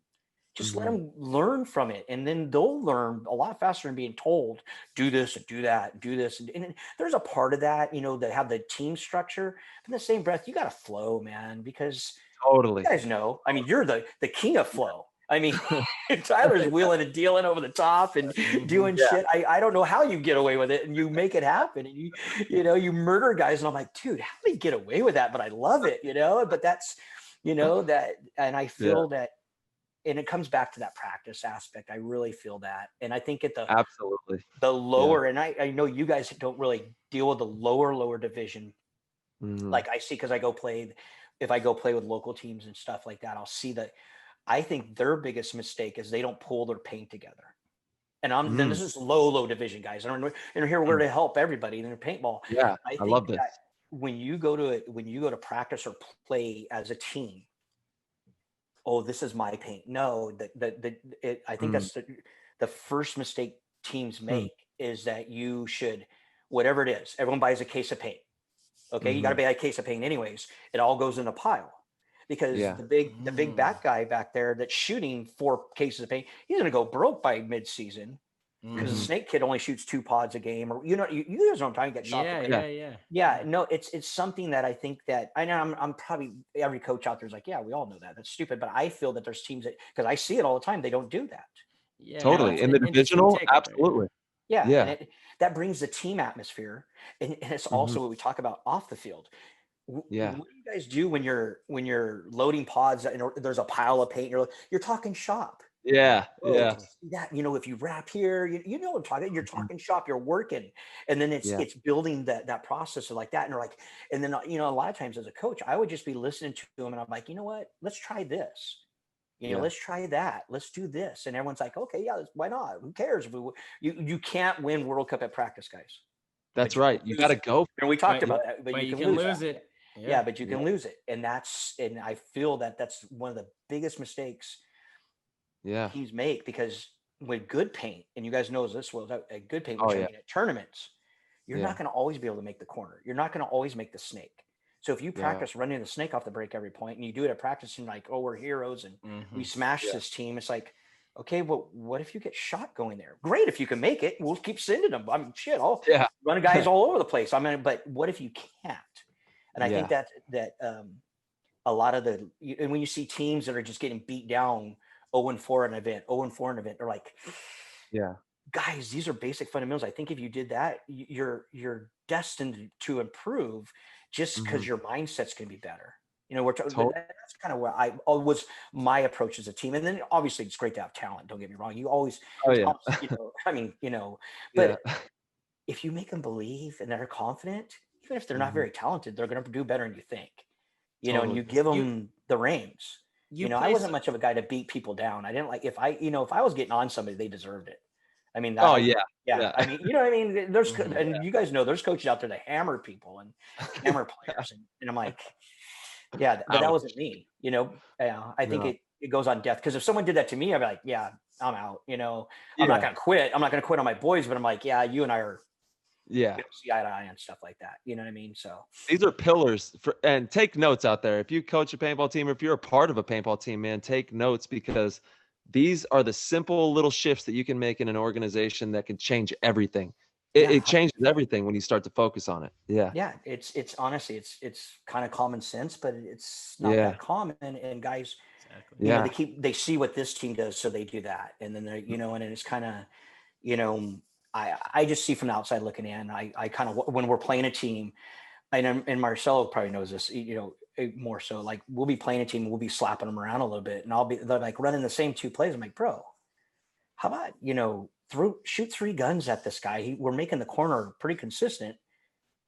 Try something, because you're not helping us. For me, I want to win, but I don't want to, I want us to, because I've been on the other end of it too, where we're getting slapped around in practice, and I'm like, dude, okay, what do I need to do? It was good about helping us whenever we practiced was the X factor. Those guys were like, when I was coaching, those guys were just good people. And they're like, dude, you guys are, I don't know about going to that corner all the time, Shane. I'm like, yeah, you're probably right. Maybe we shouldn't, when we come back, I'm like, I look like a genius, but it's, the guys over there. Do you remember that was on? So talk about, building kind of camaraderie and friendships and stuff. We flew out to Texas in 2006 to practice X Factor. It was that first, was it? Yeah, it was 2006. I'm pretty sure. No, it was when Perchonak was on the team, I think, wasn't it? Mm-hmm. So it was it was. Yeah. So I remember Johnny was there. Yeah. 100%. Yeah, Johnny lost his noodle that day for sure. Oh boy. But we all went out to the bars afterwards. And again, keep in mind, I was 16, maybe 17 years old. I used Miko's passport to get into one of the bars in downtown Texas. I remember Paxton grabbed me and kind of shoved me through, and the bouncer was like, "Excuse me, kid." And I remember I totally pretended like I didn't speak English. Like, ooh. And I had Miko's birth date memorized, and I would just say the birth date and look at him like, I don't know what to tell you. I don't speak English, but here's my passport. And Paxton just kind of big burly Pax kind of shoved me through, and we got in, and then here we are, a bunch of kids having fun. I remember we went back to Grayson's house. We were having a little fun there, and Billy Wing came in mad as hell. Do you remember that? I didn't go with you guys because I wanted you guys to go out and have fun because we took our beating that day. Oh, okay. Okay. Yeah. Yeah, all right, we took a beating that day, and I was like, you know what? Go out and have it. It was kind of it was like that movie, The Miracle, where you guys ever see that? Okay. And they go to, I don't remember, they play a team and they're like, oh, see that chick over there? And oh yeah. And the coach makes them do the suicides. Yeah. It was kind of like that. They were talking about going out that night, and we're getting beat down by these guys. And I'm like, we're going to keep going. And that's when Johnny lost. I thought you were going to talk about that. You talked about having fun. I'm talking about just getting slapped around. No. We could touch into that story too. I don't know which one you're talking about. Oh, yeah. Johnny. It was in practice. Yeah. It was in practice, and they were whooping us pretty bad the first day. Yeah. And even Alex, Martinez, he's like, bro, you guys want to keep, I'm like, no, we're good. We're going to play until we win a point. And it was that bad. It was that bad. And honestly, the reason why I remember Johnny, because Johnny showed who he was. He was such a competitor. And so mad. And he got it. He was mad at me. He was mad at everybody, but he got it. He wanted to win. You know what I mean? Yeah. And I was like, okay, all right. We have, now I know why they wanted to bring Johnny on, because we won the year before with Johnny. And it was hard for me to give him love because I was like, dude, I just won a championship with these guys and they proved to me. And, I made him try out, which pissed him off. And I just did that to, honestly, I mean, he was gonna make the team, but I had to do it to, everybody set the tone. And show you how strong he was. This is actually a good story. Yeah. We're a couple events in, and we had a few overtime games, and I never called his number. And you guys think about the bodies I'm spinning out there for these overtimes. We're talking, Nikki and Pax and Miko and Billy and Marcelo and Mouse. And I mean, Shorty. I mean, you're talking, this core. It was hard to sit a guy. And he pulled me aside and he's like, I should be in those overtime points, Shane. I know I'm not one of your, I didn't win with you. I mean, he was pissed. I could tell. Yeah. He's like, I should be out there in those overtime points because I know I can win, Mike. But next time I was like, get in there, kid. And Johnny was just like, and you know how Johnny was a beast, bro. And he went out there and handled, and I was like, okay, we have another stud. We're even loaded even more, But to this day, I remember I respect him for that because that was pretty, I mean, that's, that just shows you confidence and that grit that he's earned over the years. And I thought it was pretty cool. He's the best, man. I just saw him recently at Capital Edge. Nice. We played like a big game out there with Johnny. It was the best. Yeah. Very cool. I haven't seen him in a long time. Yeah. It's a really fine line for players to be able to speak up to a coach and say, you need to put me in. It's a fine line of being arrogant and being confident and being right and being wrong in those situations. I don't know if that makes sense, but it's like you've seen both sides, right? Yeah, 100%. Yeah. You got to do it with a certain level of grace. I've seen players do it with, I mean, I've actually probably been one of the players that doesn't do it with grace, and I've probably been on both sides. Yeah, exactly. To me. Damn, but it's a valuable lesson for kids. Cause I get kids all the time that reach out to me and they ask for advice. They're not in that situation. And I tell them, hey, speak up, let the coach know what your intentions are. Your intentions are to be a starting 5 guy. It's to be someone he can rely on and ask why you're not that. You know, he'll tell you if it's a good, he's going to tell you why. Certainly, you know, unless you think this guy just doesn't like you or girl, whatever the coach is, then you're not doing something that coach needs. So talk to him about that, you know, and let him know that you're trying to do whatever it takes to be in that position. You know, I had to learn all these lessons the hard way, but it's, it's valuable stuff for kids coming up, because I see a lot of arrogance in some of the kids. And then other kids that are way too timid, but have all the talent. And it's like, hey, you need to speak up. You need to let the coach know that your intention isn't to be just this role player on the bench. You can be that, but you want to be more. You want to be someone the coach knows they can rely on, you know, and like, if you verbalize that the right way to a coach, and I only feel this way, Shane, because I don't know if you know, but I've done a lot of coaching recently. Tyler started coaching as well. Like, I work with teams on the regular. Last couple of seasons, I have teams that I work with full time for the whole season. And I have these players that approach me in ways, and it just full circle, like you said, right? Full circle. Yeah. I'm like, oh, you're me, but 15 years ago, you know, and like, oh, I had a teammate like you. And, you know, it's so full circle. And it's made me think about these things and how important they are to the whole dynamic of like a player's career, the team, everything. Yeah. I think that, like you said, if the coach, let's go back to the player. If the player approaches the coach in a respectful and adult way, and sometimes it's hard because the kids aren't an adult; they're 15 years old. Right. But I think if they do that and they get a negative response, it's not the player's fault; it's the coach. And then the coach, you know, if he comes back because you suck, you're like, okay, maybe this isn't the guy for me. I'm talking to a player. Maybe this isn't the guy that I'm going to get to where I need to be in my career.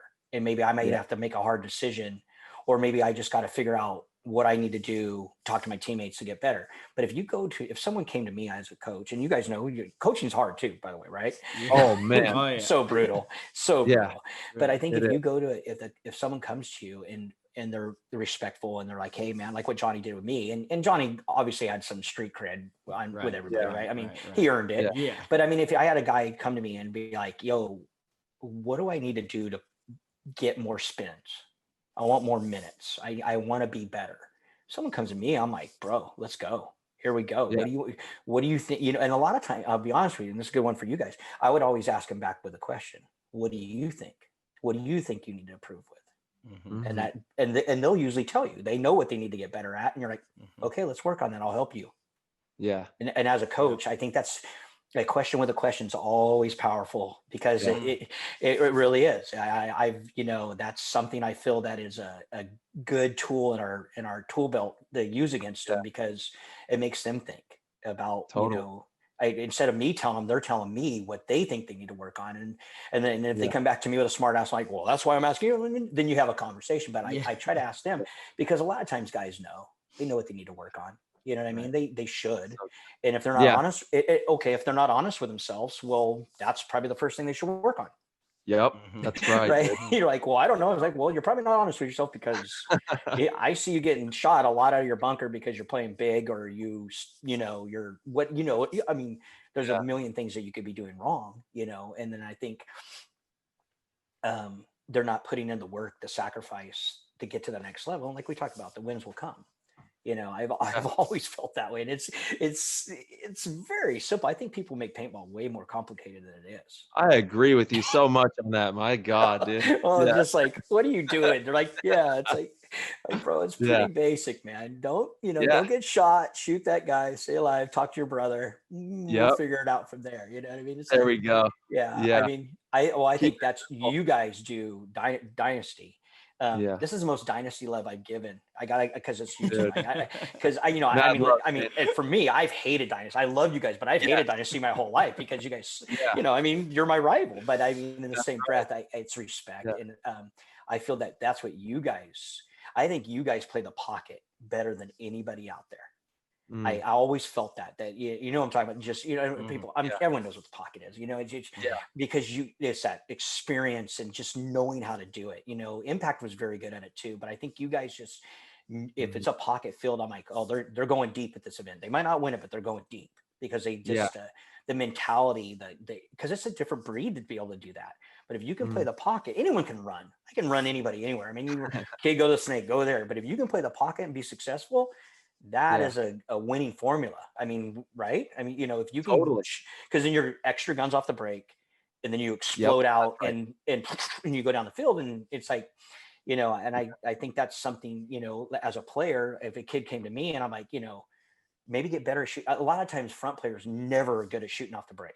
Mm-hmm. Yeah. And you guys know, if you coach, you watch, you're like, dude, what are you shooting at? You're shooting at the ground. Makes you aim higher. It's like, I'm like, oh, I didn't think about that. Right. It's higher. It's like, wow, imagine that, you're not reaching them, so yeah, I think, there's a science to it too, with the pocket play and everything. It's like Bob Long would always tell me this when I was coming up on the Assassins. He was like, if we both break out to the same spots and, we're both playing a pocket, why are you trying so hard to fight and make the first move and risk your life? You see it all the time. These guys, they fight like crazy to make a move. He's like, just relax, play the cut, shoot the lane. You're possibly going to shoot him. If he makes it out, now you're free to move because he's not shooting at you anymore. And then you get the free move. You can possibly kill him and you get an easier move. So it's just like those little pocket, tendencies and the way that you can really dictate a game if you play that pocket with perfection, Yeah, but it's hard. It's hard to do. It takes a lot of patience. Takes a lot of patience, it does. and discipline. And then if a team knows how to crack it, and then you got to adjust from that also. Yeah, that's right. I mean, that's kind of, but that's, apples and oranges, I mean, and it's those adjustments too, Shaner. You're right, dude. It's those quick adjustments. If you're not good at making those quick adjustments, you're going to be blown out of the game. That's the name of the game right there. Oh, well, it's like, I always felt when we were losing, if like people ask me what happened, I say, man, it felt like we were like, our wheels were spinning and we weren't going anywhere. We're stuck in the mud and just, it was happening so fast. And I'm like, I hated being like that. And it happens to everyone, because you're like, dude, what happened? We just got blown out of the water. And you're like, okay, we need to do this and we need to do that. But it's hard, sometimes it's hard mid-game if you didn't put in the work on the practice, or they're just doing it better. They're executing better. They're murdering us off the break, but I mean, that's what I feel it makes the style of game so much better now, is that usually the better team wins. I would say 99% of the time, the team that executes better and the team that plays better wins, because just the way the fields are laid out, the way the players play, better reffing, I think it all kind of contributes to that. And usually the better team that wins, especially at your guys' level, it's the team that put in the most work, in my opinion. And shout out to the refs out there. Yeah, thank you to the refs who are clocked in too, because you're right, Shaner. The reffing has been better than, early in my career, we've all seen the tournaments and played the tournament. It was kind of crazy. Yeah. These days, you get a pretty cut and dry. They have instant replay, for God's sakes. Are you kidding me? We have instant replay. Yeah, it's awesome. It's awesome. No, because if you never reffed an event, for you people out there, you don't want to do it. It's not fun. It is just brutal and long days. You get the shit shot out of you, and everyone yells at you. And I've reffed so many events, and I mean, it's just like you get shot more reffing than you ever will play. Mm-hmm. And and believe me, I know you have, and I know you have yelled at refs and got in their face and stuff, because it's the heat of the moment and stuff. But in the same breath, if you don't show them some respect, it's going to come back to bite you, because you're done for. Yeah, I'll never forget a major piece that Billy Wing, left with me was he said, you're playing two teams out there. You're playing the other team and you're playing the refs. Thank you, sir. Yes, sir. To this day, that's just my attitude towards the referees. And look, it's not fake or phony. I do understand, because I have reffed.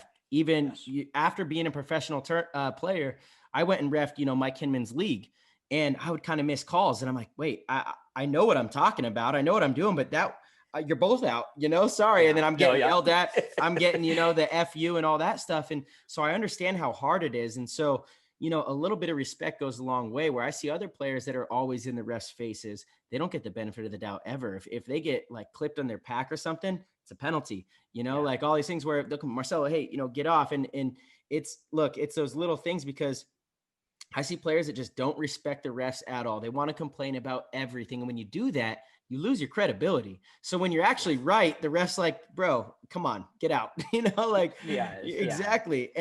and sometimes you are right, but that's not the point. Like, how many times have you seen the call be changed? Oh, never. Yeah, it doesn't. So what are you doing? You're just pissing them off. Well, you know who the worst was with that was Oliver. Oliver was so bad. Oh my God. He was so bad. They hated him. Oliver never saw a yellow flag. It was always red. Yeah. And he would and he'd be yelling at him still, and another one would go, and I'd be like, what? I'm like, Ollie, buddy. And he's yelling at him from the net. So I'm like, dude, just stop. Like, and then he realizes what he's done to us because he's, he's went nuclear. And I'm like, looking at him like, oh my God, kid, you stop, it's like, no, but you're 100%, and it's human nature. You show respect to somebody. Right. And like I said, if you never reffed one, go out there and do it and see what they're all about, and they'll be like, dude, it's brutal. It's not fun at all. I reffed I actually hosted a tournament this last weekend. Shout out to American Paintball Coliseum in Phoenix out here in Arizona. And I was the ref out there just getting pelted the whole time. We played like 90 prelim game one-on-ones. And I'm just out there getting worked. I was like, all right, this is great. Let's go. Tyler still got all the energy in the world. Of course. I know. So, which I love. Which I totally love that. Beautiful thing. Shaner, you've seen and played and been a part of and coached quite a few different iterations of the game, from the woods to hyperball to airball to different forms of airball with what we have now. What was your favorite to play in? Ooh, that's a good one. I think everyone they all had their time. I mean, I loved playing in the woods because that's what I started with, and going back and playing in the woods now, I love that. I love that. It's just, I'm a hunter, so I kind of, that's part of, that, but I think today's games, when I came back and we were playing with the royalty kids, that was fun, man. I loved it. I just enjoyed that, like we said, and I did like the aspect of the better team won. You know what I mean? And like we were just talking about. Right. I think that the style, the Xball style, I love that where you could get I did like PSP better because you could get momentum up on a team and just really beat them down. But I understand what they did. You know what I mean? Yeah. I understand that, and it's still the same principle of the game, but I loved getting momentum on a team and putting 3 points up on a team, kind of like football. You watch these games and you see all the momentum on interception, and they score, and then they 3 and out and they score again, and I love that because it's like what we were doing PSP or even now, but with NXL, it's a little, but you get momentum on it. And instead of, for me, I see teams do it, they would sit and, we're going to eat the clock. For me, I was like, this is the time to really just take their soul. You know what I mean? Just like I loved doing that, where we're sending 2 guys, we would do the shuffle, and we'd run to their side of the field and just, and that's sports to me. That's what it's all about. That momentum, that fire. And that's what we played, because the tournaments, like you said, the practice and the bonding is where you get to play the most and be with each other. Tournaments is kind of like, that's, it's real quick, it's real short, and then it's over. I kind of look at it like, my daughter was a figure skater, and I look at it, she would practice, I mean, not thousands, but hundreds and hundreds of hours for a minute and a half routine. Wow. We're talking 3-4 days a week for a minute and a half routine. And I think about that as like a tournament, a bigger scale in the tournament. Obviously, you put all those hours of work into it to go play the event, and then it's over, and then you move on to the next one. But it's kind of the same. Sports are like that, the practice, and that's where it's all. That's the fun part about it. Right? I mean, and it's a grind. Don't get me wrong, the travel, and we're tired and all that stuff. But I think some of the guys miss out on that they are like, oh, I'm so looking so forward to the tournament. I'm like, dude, we've been together for the last 3 weekends. I've enjoyed that. And, it's okay. We're going to win because we put the work in, you know what I mean? And it will come, you know what I mean? And so, I don't know, that was always my approach with that, as far as, I mean, I'm monologuing now. I just rattled on. So. No, that's great. Yeah. That's what the show's about, dude. Yeah, absolutely. So what is it about paintball that keeps you coming back? You're still playing 10-man, right? What's your 10-man team that you're mobbing around with? I didn't play this year because of all the hoopla. Yeah, everything that's been going on. I played the last season with the Aftershock guys. That's right. That was fun, man. And that for me, I mean, dude, hold on a second. Time out. Yeah, Time right. Out. You talk about hating Dynasty. Aftershock and Ironman have the biggest rivalry ever. Ever. Yeah. And playing, that was weird for me too. It really was, That's as full circle as it comes right there. Oh yeah. But I mean, Danny Love and Billy Saransky, we grew up in the same area. I mean, people don't know this. Recently, I never knew that my whole time growing up in paintball until just this last year. I mean, we're talking like before we were on any tournament team, there was an outlaw field, which is like 10 minutes from my house now. And me, Billy, Danny Love, Opie, Davey Thomas, we all played at this outlaw field. Before we were playing tournaments, we were playing out there together. I mean, you want to talk Brian Benini, all these guys. You talk about the talent that was on this wooded, sagebrush, shoot the crap out of each other field. No refs, no chrono, just letting it rip. All these guys came from. We all grew up together. So me going to play with the shot guys in the mechanical event is really fun. I learned a lot. I wish I knew now what I know about those guys, because I don't know how we ever lost those guys. I mean, it's so fun. They're so unorganized. They're less like, we're just going to go there. You guys go over there and we'll see what happens. And I'm just like, are you kidding me right now? And then, and then the game starts, and our teams, it's all the older guys, and we have, Richie and Pax and Todd Adamson. And, we got, there's a lot of, we're all old, but a lot of guys have been through it. And and here I'm thinking to myself, oh my God, we're gonna get ran over by these kids, because these guys know no clue. And next thing you know, you hear G3, G4, and you're like, all right, here we go. Yeah, they still got it, and it's interesting how I know why they would beat us, because they're just damn good players, but I don't know how, because they're so unorganized. Oh my God. And they were like, yeah, we don't know. We're just going to go out there and play paintball. We're not going to, let's go have some fun. I'm like, all right, let's go get them, kid. And they just understand the game. And there's an art form to playing in the woods.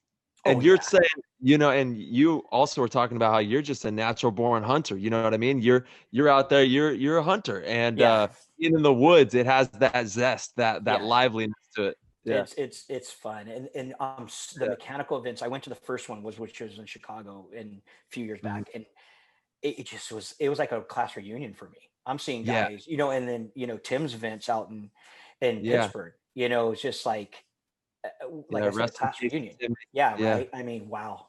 Just unbelievable, Truly. Just a good human being. Yeah. No, he really was. He was a good human being. He just was I wouldn't say that I knew Tim like I didn't know him like a lot of obviously other people, but what I did know of him, and whenever we talked to each other, he was just a good person, man. Oliver actually introduced me to him in Vegas, and we all went gambling one time. So that doesn't surprise me. Not at all. Just a good person. But back to the mechanical events. For me, it was great to see guys, and a lot of them I'm looking, I'm like, God damn, that dude's old. And then I'm like, I'm just as old as him. That sucks, and we're all gray and fungi, and but it's pretty cool. And honestly, I think you guys playing it in the X Factor, I think all the pro teams should play it just to it makes them a better player. I really feel that. It's still paintball, and they're gonna beat all the old guys. If they all should, they would beat us, because they put in more work and better shape, but I think it'll make you a better player. I think I told a local team when there was a one up in Sacramento. I said, you should put a team in it. They were D2, D3 team, and I'm like no, we've never done that. I'm like, dude, just trust me. They had more fun at that event than they did at any of the other events that year, because they just went out and played. And it was like, no pressure, just go play in the woods. And they're like, we have no clue what we're doing. I'm like, who cares? You guys have fun. That's part. Yeah. It's like, come on, we have enough stress already. Let's go have fun. Playing in the woods is one of the best ways to build communication skills, because it's you have to actually explain what you're looking at. You can't just say the God bunker. I mean, well, granted, the God bunker was created in the woods, but that was one. So bad analogy, I guess. But you don't have codes for every spot typically. It's like, especially if you're just winging it, you're going out for fun, and it's not a tournament per se. You're just playing in the woods at your local field. You have to be like, hey, kid, like that bunker 45 yards to the left, about, 60 yards up. you have to explain and have these real conversations. And I think there's something special about that truly changes the game, you know? Yeah, I love anytime I could get out and go play in the woods for fun. You know, it's how I started too. You know, we started playing paintball in 99, Tyler as well. Like airball was not even really a thing yet. It was just becoming a thing. And so the woods, I mean, there's so many different styles. Tyler and I talk about this all the time, Shane. I'm sure you'll agree, but I would like to hear your thought on it. I think it's so unique in our sport because I think we did ourselves a disservice for so long saying that this is the only way, right? Airball, speedball, Xball, this is the way forward. That might be maybe the most exciting or like the pinnacle, but these 10-man mechanical events in the woods and on Hyperball, we also need to showcase that stuff because there's a lot of people that love the idea of being in camouflage, crawling around in the woods, doing that, you know, like paintball is just fun, you know, and it's so important to do all of it, I think. No, I think that this resurgence of the mechanical coming back in 10-man just shows. I mean, look at the Ironman guys that are playing up here in NorCal. Playing Dirk and Weasel and J-Man, and they're playing with their sons in 10-man events. Sean Lane too. Sean Lane, they're all playing. They're playing with their sons at 10. I mean, how cool is that, bro? I mean, seriously, that's it's like you were talking about full circle. I mean, that's just like and they're just it's really cool to see. I mean, it's a good, healthy environment, and honestly, it gives guys opportunities that can't play in Xball. Because Xball, it's kind of catered to the young and fast. If you're a bigger dude, it's kind of rough out there for us fat boys out there. It can be ugly. You know what I mean? It's like, let's be honest, but if you go in the woods, you can shoot, 15 pods at these guys and you're a contributor to the team. Like, dude, and he won the game for us. And you couldn't do that in Xball. So it brings a whole nother group of older guys and younger guys that will never want to step on that field because, like you said, they want to be in camo and that's what they're, and I think it's healthy. It's healthy for it. And I think that, we need it all. Absolutely. And I think that's kind of a mistake of pro players too, is they go out and play walk on and they just crush guys. Oh like, no. What are you guys doing, man? It's like, I actually just went and played 2 weeks ago at a local field out here in All Woods. Oh, nice. And these guys have been, it was fun. Shane's been practicing because he knows he's going to play 10-man again. No. and these guys have been playing together forever. They're the Marauders. They're like a kind of a scenario team, been around forever. And literally it's 15 minutes from my house. So I'm like, dude, I'm going to go play paintball. I miss it. I'm going to go play and go out with these guys. Showed up randomly. They were like loving, come on in, man. It's fun. Let's just have a good, and they set up things and we played. But you know what? For me, it was just the joy of playing. And I think that sometimes guys miss that and they should do that more often. And you grow other players if you're cool, if you're not an asshole. How many times you hear about some kid getting torqued by somebody, by a semi-pro or pro player, and it's just bad for the game. You know what I mean? It's like, come on, guys. Right. It's like, what are you doing? And we're talking about growing the sport and talking about it's like, what are you doing? That makes no sense to me whatsoever. Give that kid your jersey. Exactly. Yeah. Totally, man. It makes no sense. We're like, we say the same thing on the show. We're like, that is the most important experience that we can provide for anybody that's going to play paintball. We have to make sure that experience is premium because that's the future of our game. That's everything. No, I mean, that's who buys the guns and buys the loaders, who pays for you guys to go to events. It's kind of like, it's like, come on, guys. Right. It's like, but I know I'm talking to, deaf ear on some of these guys because they just ego or pride or whatever it is. It's like, man, what do you, grow it. Don't be it. You got to nurture it. Yeah. I've really taken a big liking to just going out and having fun again. For a long time, I was like, and again, to me, practicing's fun, right? It's fun to drill. It's fun to go and have the most intense practice. I think that's the most fun actually. But the last couple of years, I'll go out on an off weekend. This last weekend, yesterday actually went out for a street ball day. The Mike Hinman is kind of reviving the Aftermath camp. So there was a bunch of divisional kids out there. We just ran street ball points, like no pressure, just fun paintball.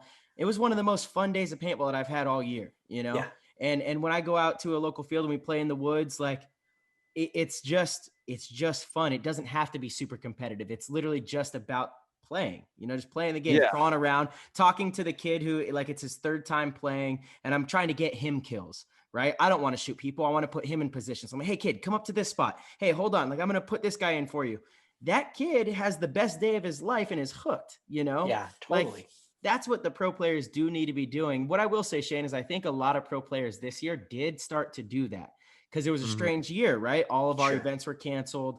Local fields were still open. They could fly under the regulations a little bit. Like we didn't have to get closed down at a lot of the paintball fields. So pros in the area, we're going out for fun and kind of building the community up, and I think it's a good thing. Like you see, I think there's been a surgence in the game this year. Paintball fields are doing well. The paint companies are doing pretty well from what I understand. And it seems like a lot of people are playing right now. And I think you do attribute a lot of that to pro players being out in the communities. Tyler does a great job out in Arizona. Arizona's been waiting for someone like Tyler Harmon for 10, 15 years, truly. Like, they haven't had anyone out there, but they have a big pool of players that, are trying to grind and have fun and enjoy the game. So totally. I hope that when things kind of get back to, quote unquote normal, that the pro players still go out and do this, because it's. Let me know when that happens. I want to know when that happens. Oh man, let me know. Jesus. Yeah. I don't know. No, you're Mark, you're 100% right. And it's just about, that's kind of society too. I mean, you hold yourself accountable to make yourself be a better person to everyone around you. And it kind of, it's just, I mean, we have enough problems. I mean, let's be honest, I mean, let's be there for each other. And what I don't get is every time I look at it, and don't get me wrong, I've gotten heated just like everyone else in paintball and stuff like that. We're all we're all the same. We all love the game. Yeah. That's why we play. Totally. So you probably the guy's more like you than you actually know, and you probably would be good friends with him, but for whatever reason, it's like. And I get it. Don't get me wrong. I'm not an angel, and I'm sure I have people that just like, dude, I hate this guy. You know what I mean? But I mean, and I just respect. It's like, come on. I don't understand it, and I feel that way when you play other teams too. I really do when you practice other teams, and believe me, I've been in some bloodbath practices, and I know you guys have been part of it. I know Marcel has been part of them with some of us. With where I've given Pax the green light to give it to somebody because I feel that he's been dirty for the last 3 points. And don't get me wrong, I'm not an angel on that part because I think you self-regulate, right? I mean, come on. We almost threw down with excessive in Rich Telford up north one weekend. I remember Nikki Cuba, he was still on excessive. So he was on the other side of the field. And that was awesome. That was awesome. That was awesome. The honestly, I think the best part about that whole scuffle is, let's start how it started. Okay. Thomas started shooting all of us. Thomas Taylor started shooting all of us, standing there filling pods. Exactly. That was just the dumbest thing ever because you had 5 guys with full packs, and so they just pummeled them. I mean, he got hit with a case of paint in 30 seconds. I mean, honestly. So of course, the excessive guys took offense to it because they don't know what's going on. All they see is Thomas getting obliterated, But the best part about the whole thing is, please tell me this was in Modesto. Where was this? It was, of course, it was in Modesto. Is Rich Telford taking a gun from one of my kids, which was Alex Hong? Kid, come here. Now I'm in shorts and a t-shirt and getting obliterated. I'm like, oh my God. I have no gun, so they're shooting me too. But so I'm like trying to just kind of get away from everything. Like, I'm like, okay, hey, stop. Whatever, right? Yeah. I look over and Telford. It's like, kid, come here. And I'm like thinking, oh, Rich is going to kill this kid. Takes his gun and just starts giving it to all the Ironman guys. And I thought that was I'm like, Rich won. We shot a crap, but Rich won. I mean, he took our gun. He's shooting our guys with our gun. And Alex is just looking at him like, okay. And I was like, that's classic Telford, right? Classic Telford. It was awesome, actually. It was, one of a guy did come out with a bat though. I don't know if you remember. The big guy came out with the bat. No, I remember that. Yeah, he was like some spectator, and Pax. He had no goggles on, which was not the smart. And then Pax was like, "Dude, you don't want to do that. You just got to go back that way." You don't want to. Yeah, we're gonna have a. I remember that was a character building practice for me because I'll never forget. Nikki Cuba just had my number the whole day. I remember he kept shooting me and talking shit. And it was one of the, I think I was 16, you know, I was 16, maybe 17. And I just remember it was one of the most frustrating practices I've ever had to this day. Cause he would just, it was no matter where I went, he shot me and also talk shit. And it was just infuriating. It was so infuriating. Nikki doesn't get enough credit these days, but Nikki was one of the best teammates that I've ever had, you know, as far as like so much that he did. Nikki is the teammate that you love them as your teammate, but if he was not on your team, you hated him. Kind of like Draymond Green with the Warriors. For sure. Right? Just if he's on your team, you love him because he's got you 100% and he balls but if he's not on your team, you hate him. Yeah. And I loved Nikki because I love Nikki for that, you know, because he held everybody accountable and he was a damn good player. And you know what? Him talking shit on you on that, I love that even more because it made you want it even more. He helped us even more on that. You know what I mean? Because he didn't realize he was poking the dragon or the tiger. You know what I mean? He was just like you know, giving it to him, but he didn't realize, you know, eventually it's going to come full circle. You know, but that was Nikki, and Nikki was. I mean, when we brought Nikki on, I was a little nervous because he's so, I mean, he can be, because I didn't know him as, you know, because he was on our team. I was like, dude, I do not like this cat. You know, I like him as a person and we, you know, conversation, he's a man, but on the field, I was like, dude, you know, we're going to get in fights. This guy's just going to, and once he put the shield on, I was like, dude, this guy's an Ironman. Yeah. He's got, he has all the factors. He's got the it factor. He's got the game, you know, when it was clutch time, Nikki, I'm like, Cuba, you're up. You know what I mean? We needed a point. Cuba, you're up. And, you know, and was he as talented as some of the other guys? Maybe not. But you know what? Upstairs, he was. And that was a big difference, you know, because he had that drive and that will to win. And like you said, he could get under someone's skin and just completely, you know, and Pax has kind of that too. He'll do, you know, he'll shoot the guy and the guy's walking off and he gives him 6 more in the back. And it just, it takes him out of the game, you know, and which I love. I love that, you know, because I mean, hey, it's, you know, this is mental. This is war. You know, we're going at it. We're going to compete for the next hour and a half. And if he can, you know, the two of them together was bad though, because Jesus, they just, I mean, Tyler, at practice, I had to like, there was times I'd have them on the field together, but you guys wouldn't know this. I'm like, I can't have them on the field together because they're just going to start pummeling kids. You know what I mean? And it was just like, oh my God, I'm watching these kids over there just getting blown up. And I'm like, oh, okay. We can't do that because then they're getting excited. Like these kids are nothing. We're going to crush them all day. And I'm like, oh God, I poked both bears. And it's like, oh, here we go. You know? So, Nikki was a great teammate and just a good person, honestly. You know, I became a man on that team, dude. That's all I know. You know, kids don't grow up like that today. And I feel bad for him. Like I'm lucky, man. Became a man on that team. Well, after we won World Cup, when when we were trying to shave Mouse's eyebrow off. Oh man! Not trying, you did, and he quit because of that. I don't know if I made him a man, but it was pretty funny. Let me tell you. Oh my God! Hiding in the closet, and we, you know, and of course, Pax has the razor. He's just like, and got him. It was so bad. But you want to talk about someone, talk about Mouse, that watching him play, just and I feel he, you know, I think players, they, you know, they'll peak and they'll kind of be plateaued for a while and then they'll go, you know, a little bit higher and sometimes they falter.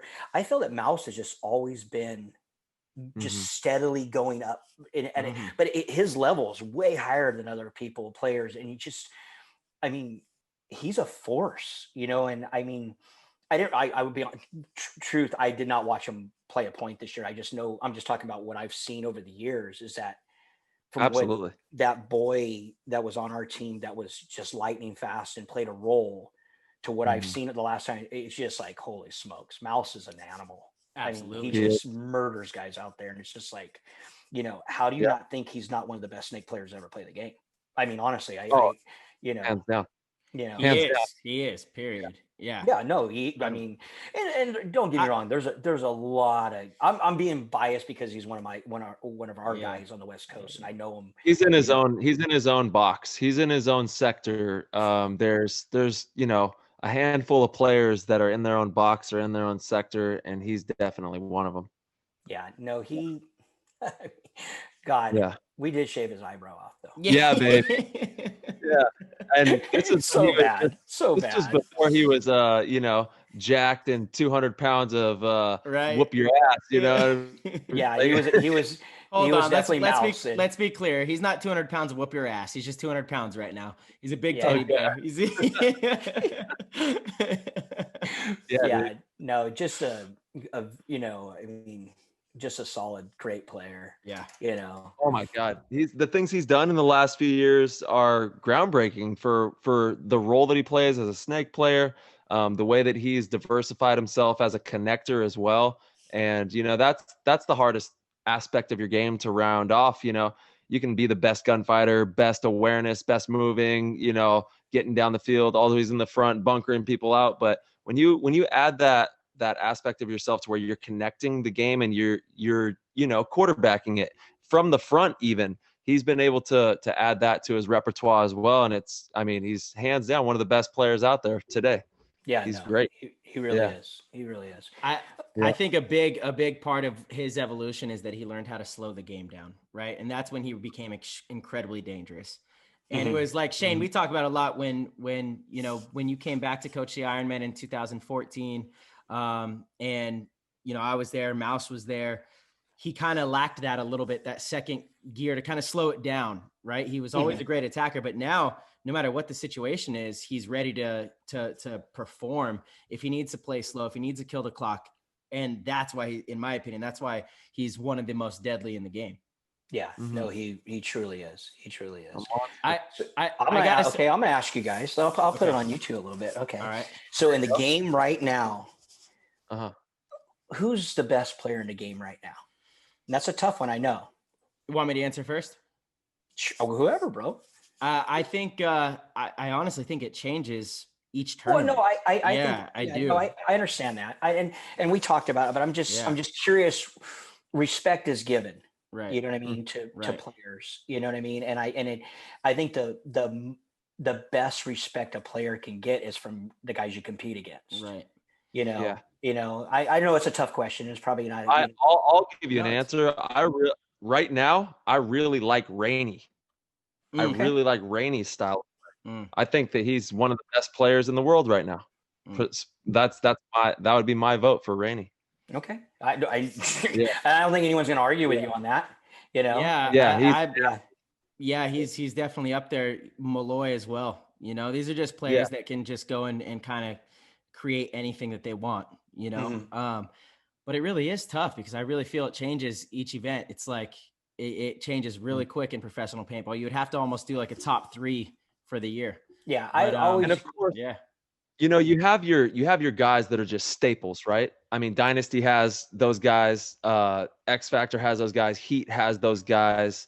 All of these huge organizations, there's a few of these guys on each team that you're like, holy shit, this guy is just spectacular. And the things that they do out there are kind of mind boggling. And Marcelo, you said it really well, man. It changes really quick right now. One tournament, this guy is, looking like the best guy. And in this tournament, this guy's looking like the best guy. I don't know. It is a hard question. I got to say, I'm a toot my horn. If I'm on, man, I just don't think anybody can stop me. And what I will say is, like, I know what I do sometimes isn't the flashy stuff, but there's things that, like, with communication and directing the way the game should unfold and quarterbacking where the players should go, I don't see anybody doing that in a way that I do. I truly don't. Real quick for I can vouch for that. Yeah, real quick for all the YouTubers, Tyler, you've been frozen for about 2 minutes. Shane, is he frozen for you on the screen or is it just me? It's just you. It's just me. Okay, good. Yeah. Awesome. So sorry. No, Tyler's not coming on to me. It's just all I'm seeing is you. Okay. Yeah. So. I see. Oh, gotcha. Well, okay. Well, we still got the audio. We still got the audio for you. So we're good. But no, so back to what I was saying though, truly it's such a it's not a thankful job. Like, people do not give praise to this role, but I sit back sometimes and I might not shoot a single person, but I know I have 5 assists, you know, and I'm like, man, and I take pride in that role on this team. Like, I love that role. It's a role that I feel like I can see the game unfolding, and I know what our game plan is, where our players are, and I can kind of conduct what needs to happen. And it's actually some of the most fun of paintball that I've ever had, because I feel like I've played a lot of different roles. I've been a front player on the Dorito side. I've been the 2 over there. I've been, the 2 on the Dorito side. And it's like, it's a really fun position because it's rewarding on all fronts, Yeah. No. Well, while we're at it, I'm the best paintball player in the world, if I could just put it out there for you, Shane. So I'll just leave that right there. The one-on-one champ right now. Yeah, there you go. I mean, I'll be honest, it was a loaded question, and I just wanted to. I don't think I'll be direct with you, though. I'll be direct with you.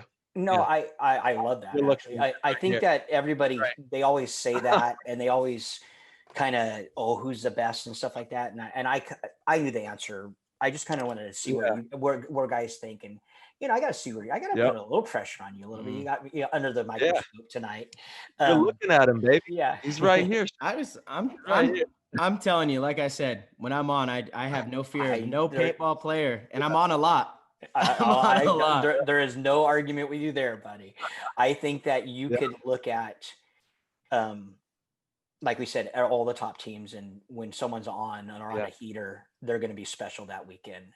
I think that the organization makes the player that much better. And I honestly, I don't know why I asked. I just wanted to see where you I love it. Yeah, it's a good, it's a great question, because it's a conversation that gets brought up all the time. And again, it's part of the reason of the show is to tell the stories of the players. Right. Yeah. And it's a shame that we don't have one body of evidence to show a fluid lineage of what players have done.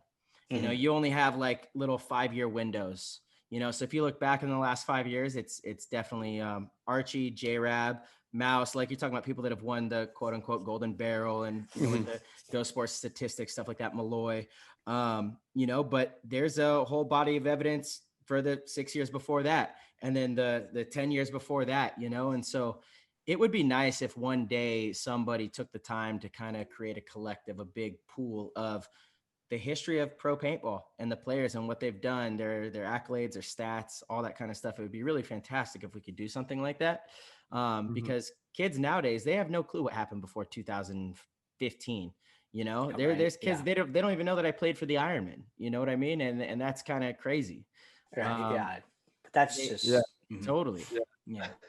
Do the top 100 or something like that would be like they do for, like the, football and, all the other teams, and that would be, that's a respect thing, but there's always politics and that kind of stuff too, which I don't like, but, Shane, who do you think the best player in the game is right now? I wouldn't know right now. Last time you saw. What's that? You're not dodging this one. Last time you saw. No. I watched World Cup but I only watched your guys' final.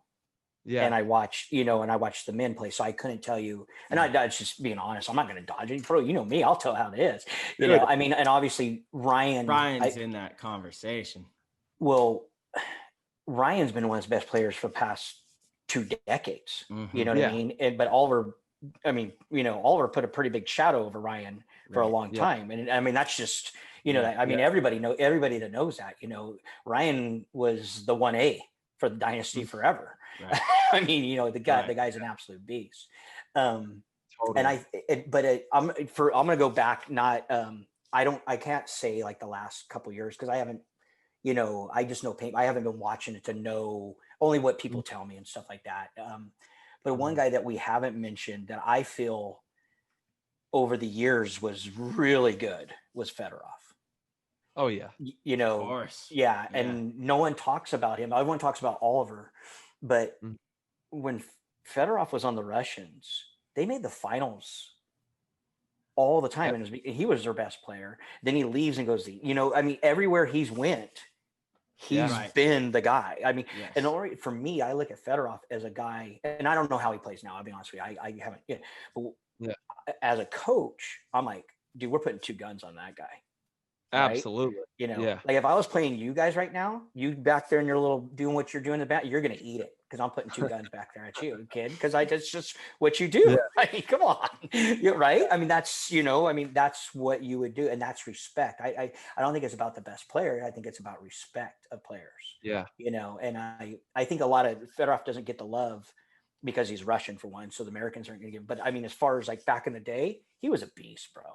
Oh my God, yeah. He still is, and he still is. He does stuff on the field that I'm just like, and that's why honestly the conversation of who the best is tough because it's so muddied and it's such a team sport, and we don't have like legitimate statistics. So the top 10 guys that you want to put in, like it can be any one of them, I think. But Fedorov is one of those guys. I know playing against people, right? There's certain people that I'm like, I really, really have to respect this guy, and Fedorov's. You know, that's honestly, it's on maybe 1, maybe 2 hands of people that I'm like, I'm going to tuck in on this one, or I'm going to gunfight a little more hesitant. That dude just makes moves and puts shots on people that is spectacular. And he has that Oliver Lang flair where it's like, that's off script, but it just worked. Yeah. You know, and back to Ryan, actually, I think the reason Ryan was 1B for so long is because he was the rock. He was the discipline player on Dynasty. I think what has really I love the way Ryan's played the last couple seasons. He's playing amazing, but it is a little more off script. He's playing a lot more loose. He's playing a little more like Oliver, to be honest. You know, he feels like he doesn't have to be in that role as much anymore. He's having more fun with the game, and he's so smart. He's got to be one of the smartest players to ever play the game. You know, you can't argue that ever. And it's showing, you know, because he's playing with that kind of freedom and that flow. And it's those are the fun players to watch, right? A-Rod has a little spark of that. Malloy, Mouse is dominant on that snake. So like those are the fun players to watch where they can just kind of paint out there. Me and Tyler are a little more disciplined. We'll get jiggy when we need to, you know, but it's a little more of a discipline. I'm going to be hard to shoot, value my life. You could always count on us to be alive kind of thing. You know, which you need both on a team. You can't win without, you know, it's so funny because me and Mouse to this day, we talk shit to each other throughout the week. We just call each other and talk shit. We both were out at the field yesterday and we played 2 completely different games, you know, and he goes down and has a good point. I go down and have a good point. And we're talking, I'm like, dude, look, the team can't win without a player like you, but you can't win without a player like me either. Like it's how it goes. You need players that are going to go and do certain things. Just like in basketball, if you put, you know, it didn't work for the Houston Rockets. You can't have a bunch of point guards out there, small ball. Yeah. Like you need a big center. You know, you need a dominant center. You need a good point guard. You need someone that's just going to shoot the lights out. You need the person that could not score any points, but make the game winning shot, you know, because he has like the mental fortitude to do it. It's a collective, you know, it's a full team thing. And I think that's what helped Dynasty at World Cup is we had so many different positions step up. We used everybody, you know, we used everybody. That's awesome. Yeah. That's fun. It's fun when it all clicks like that and everyone contributes. And then you get someone on a heater, which makes it, you know what I mean? And then the next point, someone else does it. But usually if you think back, when you win an event, that's what happens. Everyone contributes, everyone does their job, you know? And I think what we were talking about, coaches trying to build teams, I think that's a problem too, because all they look for is the 3-point shooter, the flash, the guy doing the backwards dunk is what we're talking about.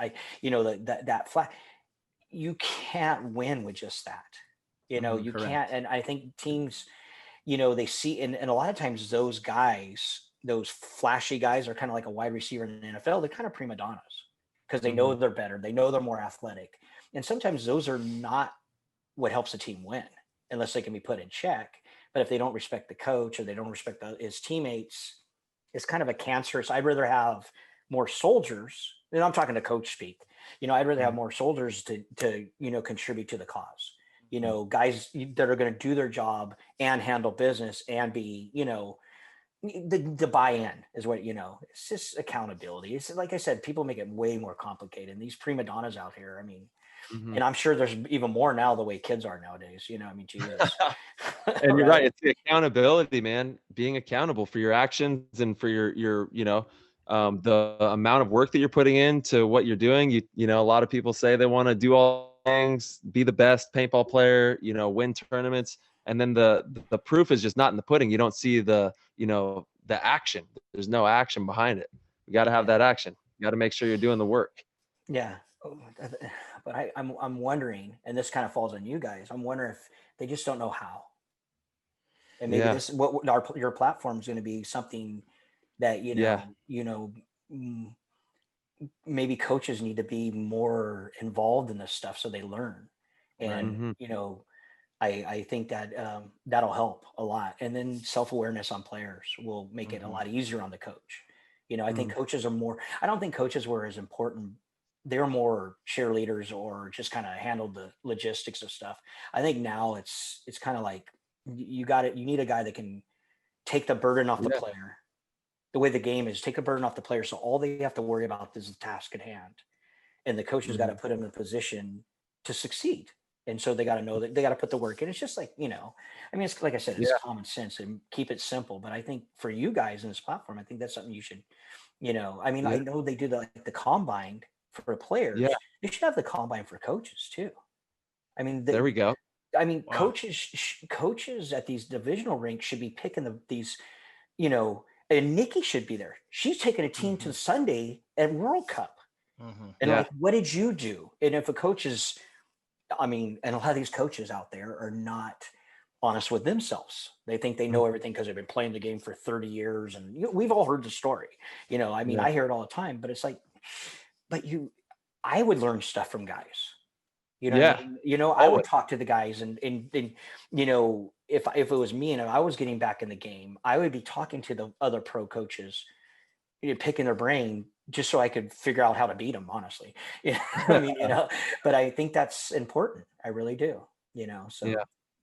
What do you look for in a player, as a coach, you've been doing this for a long time. What are you looking for in a player that's going to give not only you as an organization, but that player the most room to run with? And how can you nurture somebody, what are you looking for to really bring their game to the next level and nurture that player? For me, I think the learning curve in paintball is it's sharp. I think it's I think that you can get not great, but you can get very competitive quick. And then when you hit that plateau, it's that next level. I think that the intangibles come in, the grit, the the fire. Do they want it? Is this what they want? Is this this is what they want to do? Or are they just kind of, guys know, we've seen 100 of those guys are kind of flaky. They don't show up to practice. They show up late. You want guys like we talked about that are, held accountable and do their job, and buy into the team and buy into their brothers and want to be there. Cause it's a lot, man. It's a full commitment. I think everybody kind of knows that once you've been in it a while, it's, you're going to make sacrifices. Your family's going to make sacrifices. Your wife, your girlfriend, your boyfriend, your husband, they're all going to make sacrifices on this, and I think that you got to be willing to take it to the next level. And that's why it's hard, bro. You got to, I think whenever I look at players, for me, is it, if they're willing to put in the work, I'm willing to do it with them. Absolutely. Right. You know what I mean? Yeah. I think, and if they're and then maybe they fall short, you know what I mean? And a lot of times those guys, they get discouraged and they fizzle away, you know what I mean? But the ones that truly want to do it, they never fizzle away. They never go away. We were so hard on March and Mouse. We were so hard on them, right? So, we were, we were hard on them, and honestly, we were hard on them because we wanted to find out how far we could push them. Because, that's right. So yeah, you want to see what they're made of. That's the other thing.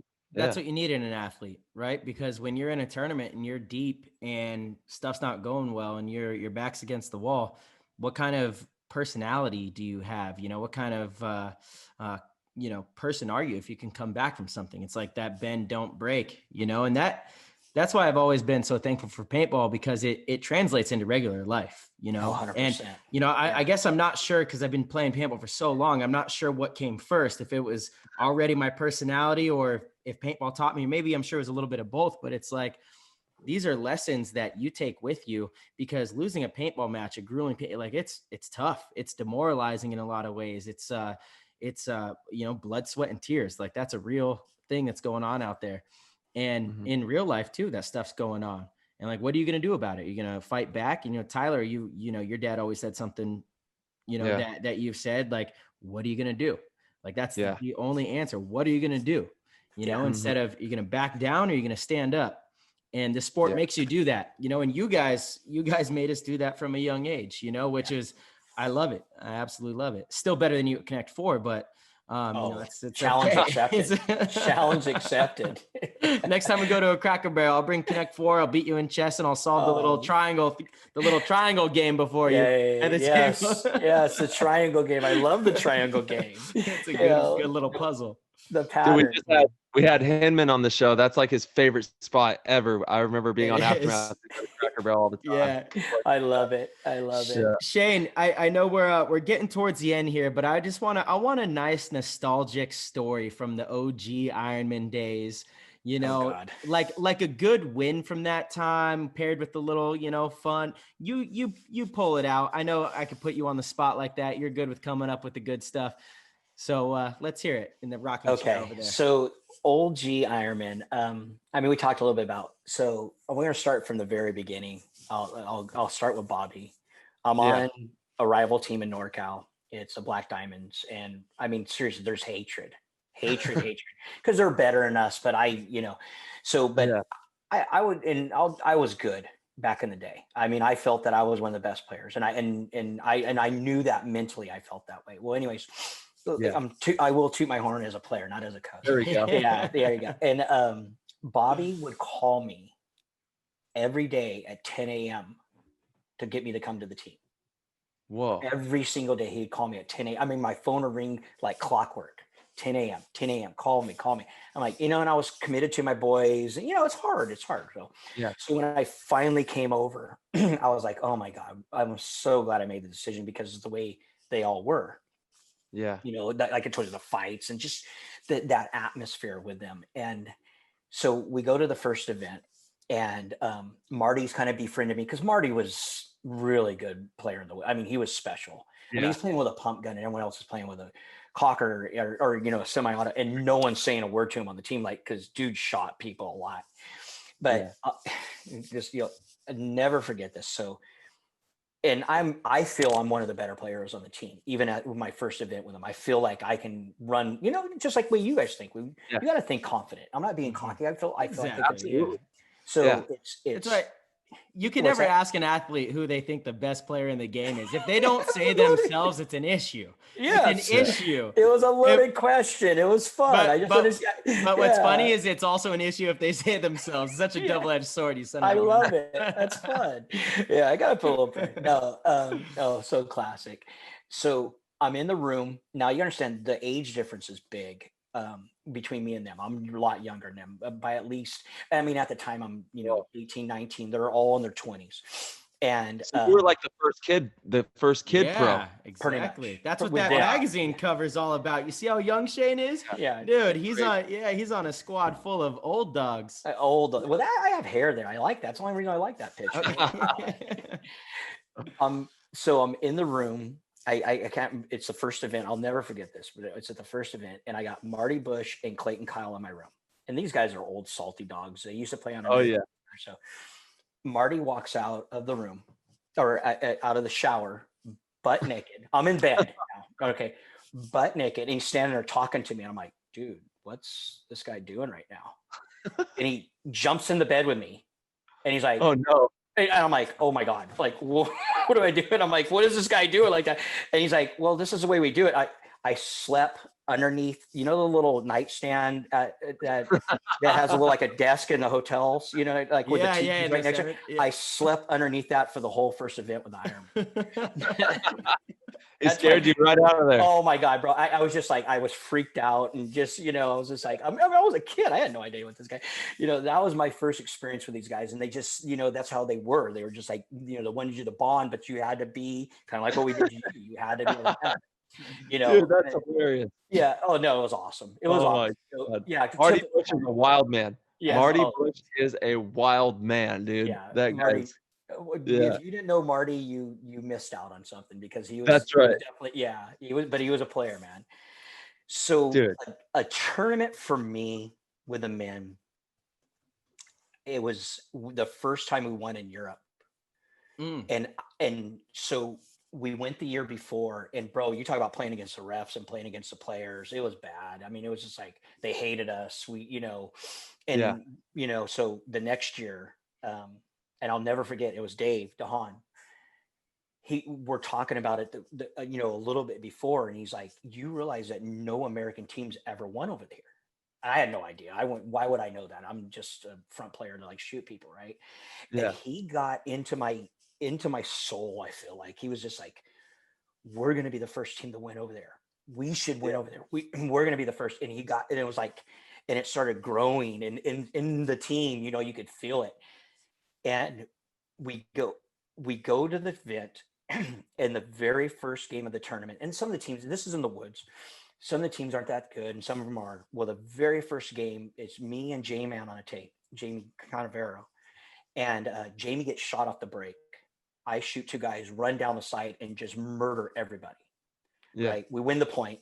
So we come off the field, and they're screaming at me, saying that I was shot, I was cheating, but it was Jamie, because Jamie and I looked very similar. And Jamie's like, yeah, you did shoot me. Well, and I'll never forget, the Grizzly Bears come out of off the field, and it's Clayton, Dirk, Bobby, because they're coming after me. Like the teams, these are, and they're coming off the field, these Grizzly, and they're just, we're going to fight. This is the first game of the event. They're going to fight.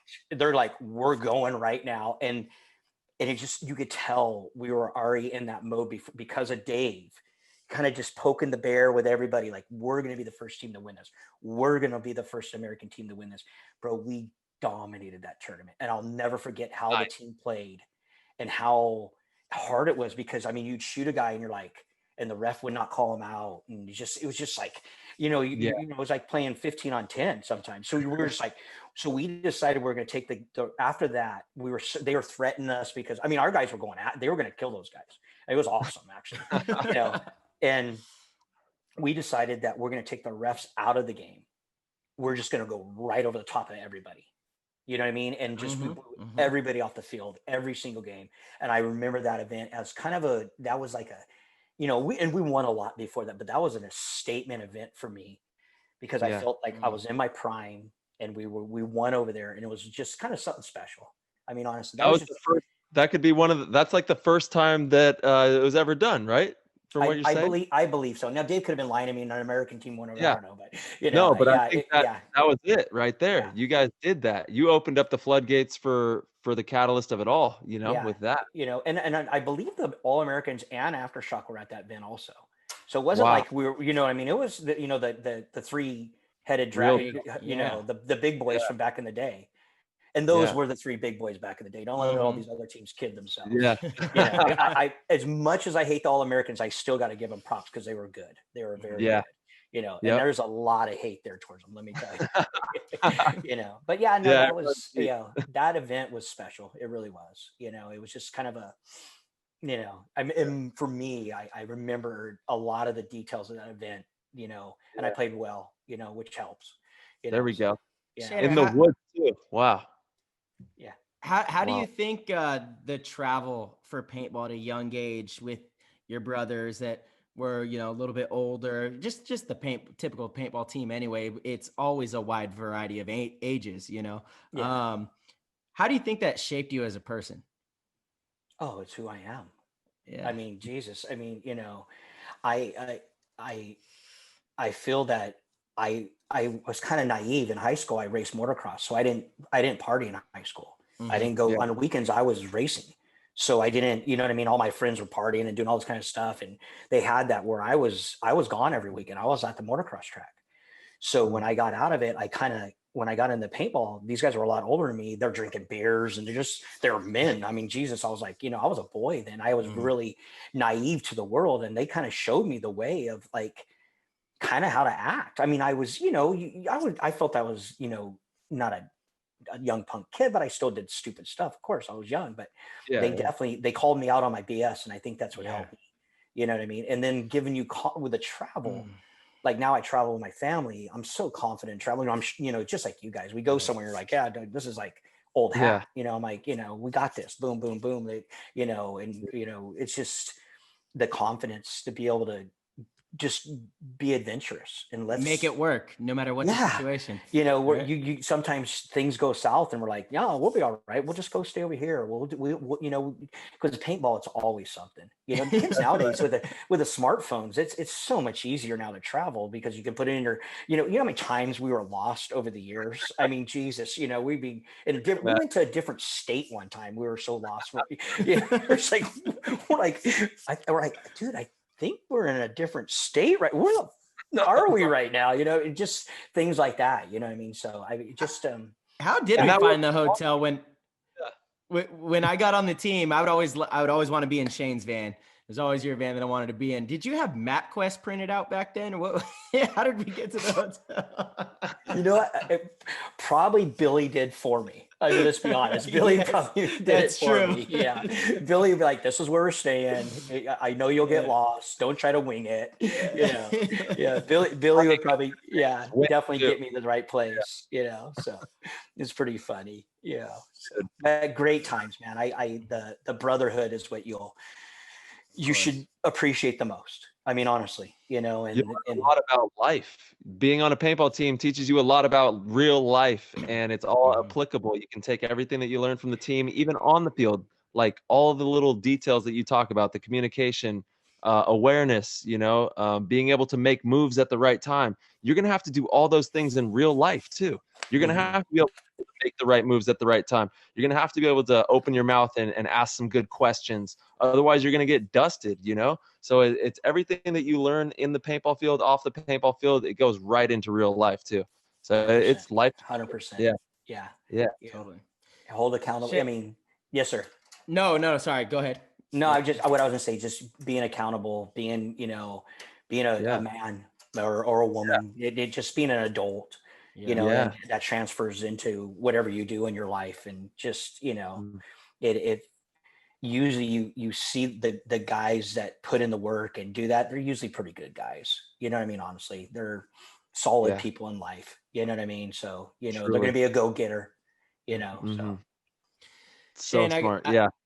I personally have one last question. I'm sure Tyler has something, but in my opinion, I feel you're the biggest attribute, one of many that you had, was getting the most out of your players, getting them to believe in themselves, right?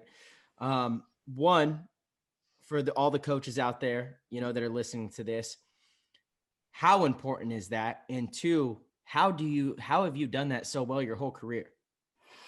Ooh, good question. Yeah, good question. I think it's everything.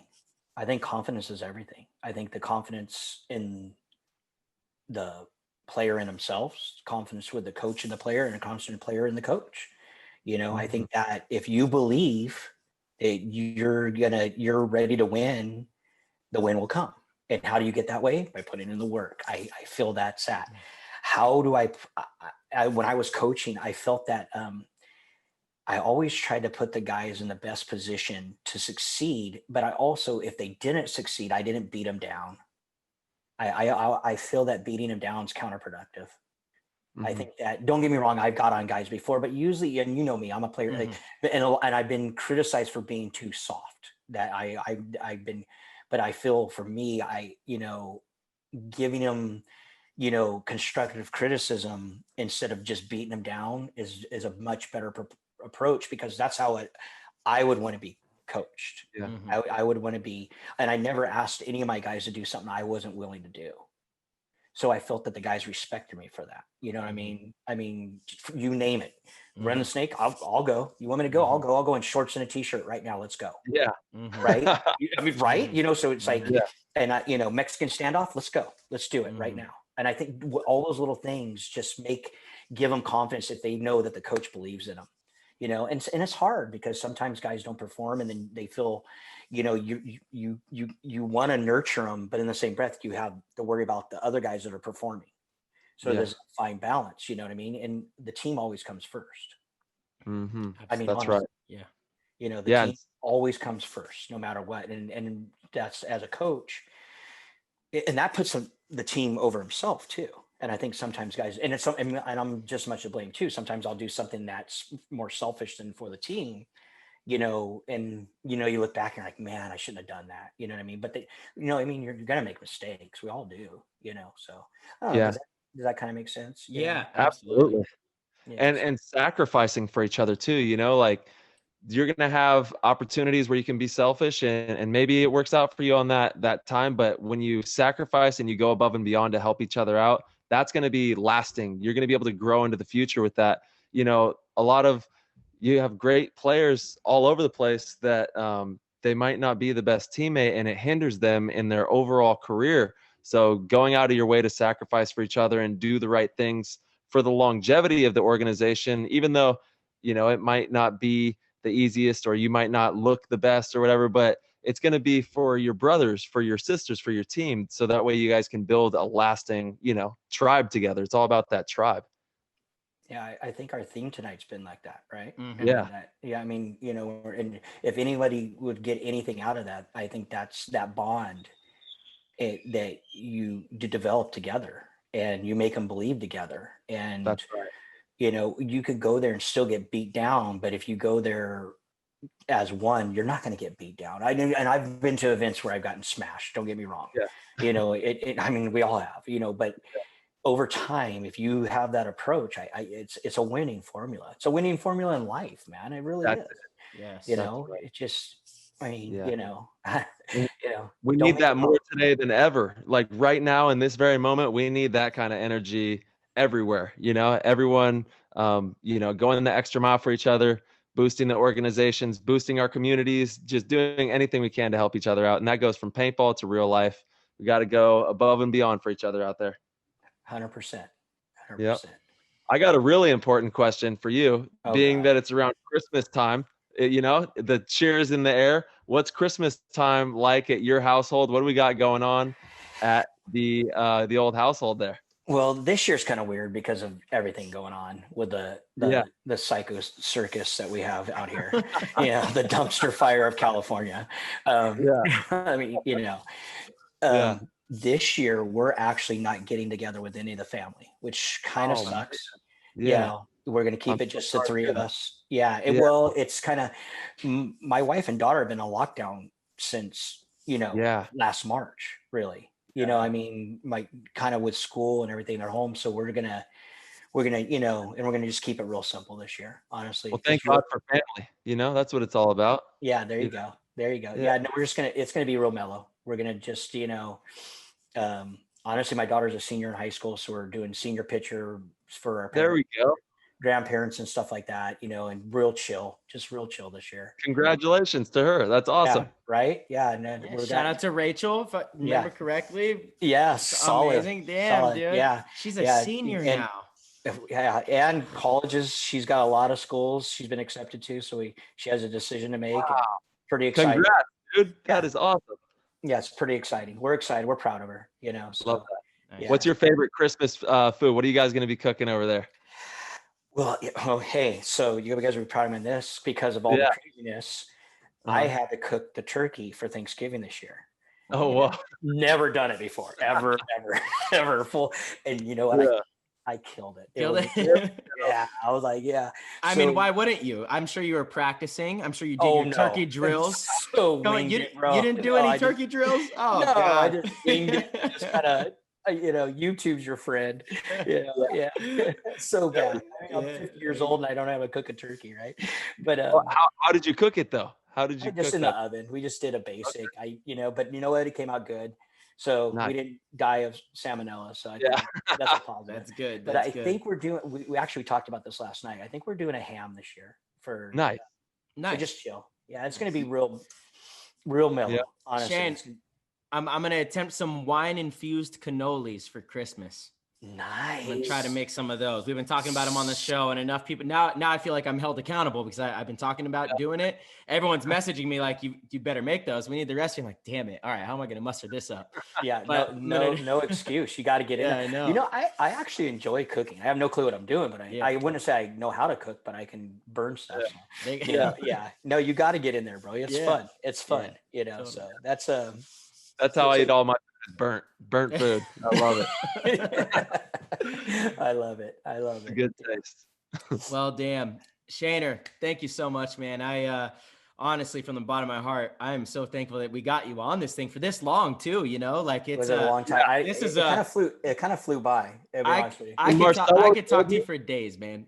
Yeah. Go when ahead. Marcelo told me we were having you on, I was floored. I couldn't. I was like a kid before Christmas. You're the Santa Claus for us, dude. You're bringing in Christmas, and when everybody listens to the show, it'll be around that time, Christmas time. So thank you so much for everything you've done in the game. You're an absolute pioneer for so many paintball players that have trickled down to right now in today's very landscape of pro paintball. You still have a huge impact in that. So thank you so much, and God bless you and your family during the holidays. I hope you guys stay safe out there. You too, boys, and happy holidays, man. Thanks, dude. Thanks for having me. Yep. Yeah, happy holidays. Yeah, don't be strangers, boys. Of course. Yeah, absolutely. Right. We got to get out to Woodsball. We got to go get out there in the woods. Oh, man. The real question is, what kind of divisional teams are you going to be coaching in 2021? Oh, geez. Yeah. You're crazy. I know you've got the itch. I know you've got it. Not right. Not yet. Give me a little bit more. Not yet. There you go, everybody. Yet. There's always a yet. There's always a yet, So. We're playing Woodsball. We're playing a lot of Woodsball. That's where we're going to see him at. Yeah, I'm in. I'm all about it. All right, boys. We'll have good holidays. Thank you. You too, Shannon. Happy holidays. Peace. Bye. Later. Wow. That was such an amazing episode. Thank you so much to Shane Pestana for coming on and sharing all of his knowledge.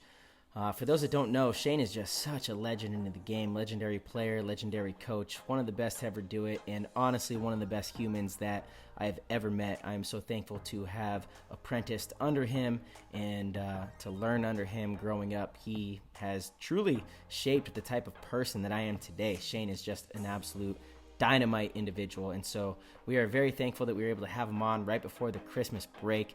No better person, such a happy person, you can't help but smile being around Shane Pestana. So I hope you guys enjoyed the show, and I'm really wishing everybody out there a happy holiday season. Please be safe. Try to enjoy time with your families, no matter how you have to do it, if it's with the social distancing, over some Zoom calls, or in person. Whatever you guys choose to do, please have a smile on your face. Enjoy some time off, kind of relax if you can, and just take a few days to be appreciative of everything that we do have. We do still have a lot going for us in this world and in this community, in paintball, and here at Play the Game, we are still so thankful for all of you guys and all of your support. And we're going to take a little break until after the holidays. We will get a show in before New Year's, but from now until Christmas, we are going to be just taking the time off and, doing what we preach, enjoying time with our families. And we'll see you guys very soon. We're excited to get back to it, and we thank you guys so much. PTG listeners, you guys are the best. We're thankful for you guys as well. We wish you a Merry Christmas, Happy New Year, all of the above. We'll see you very soon.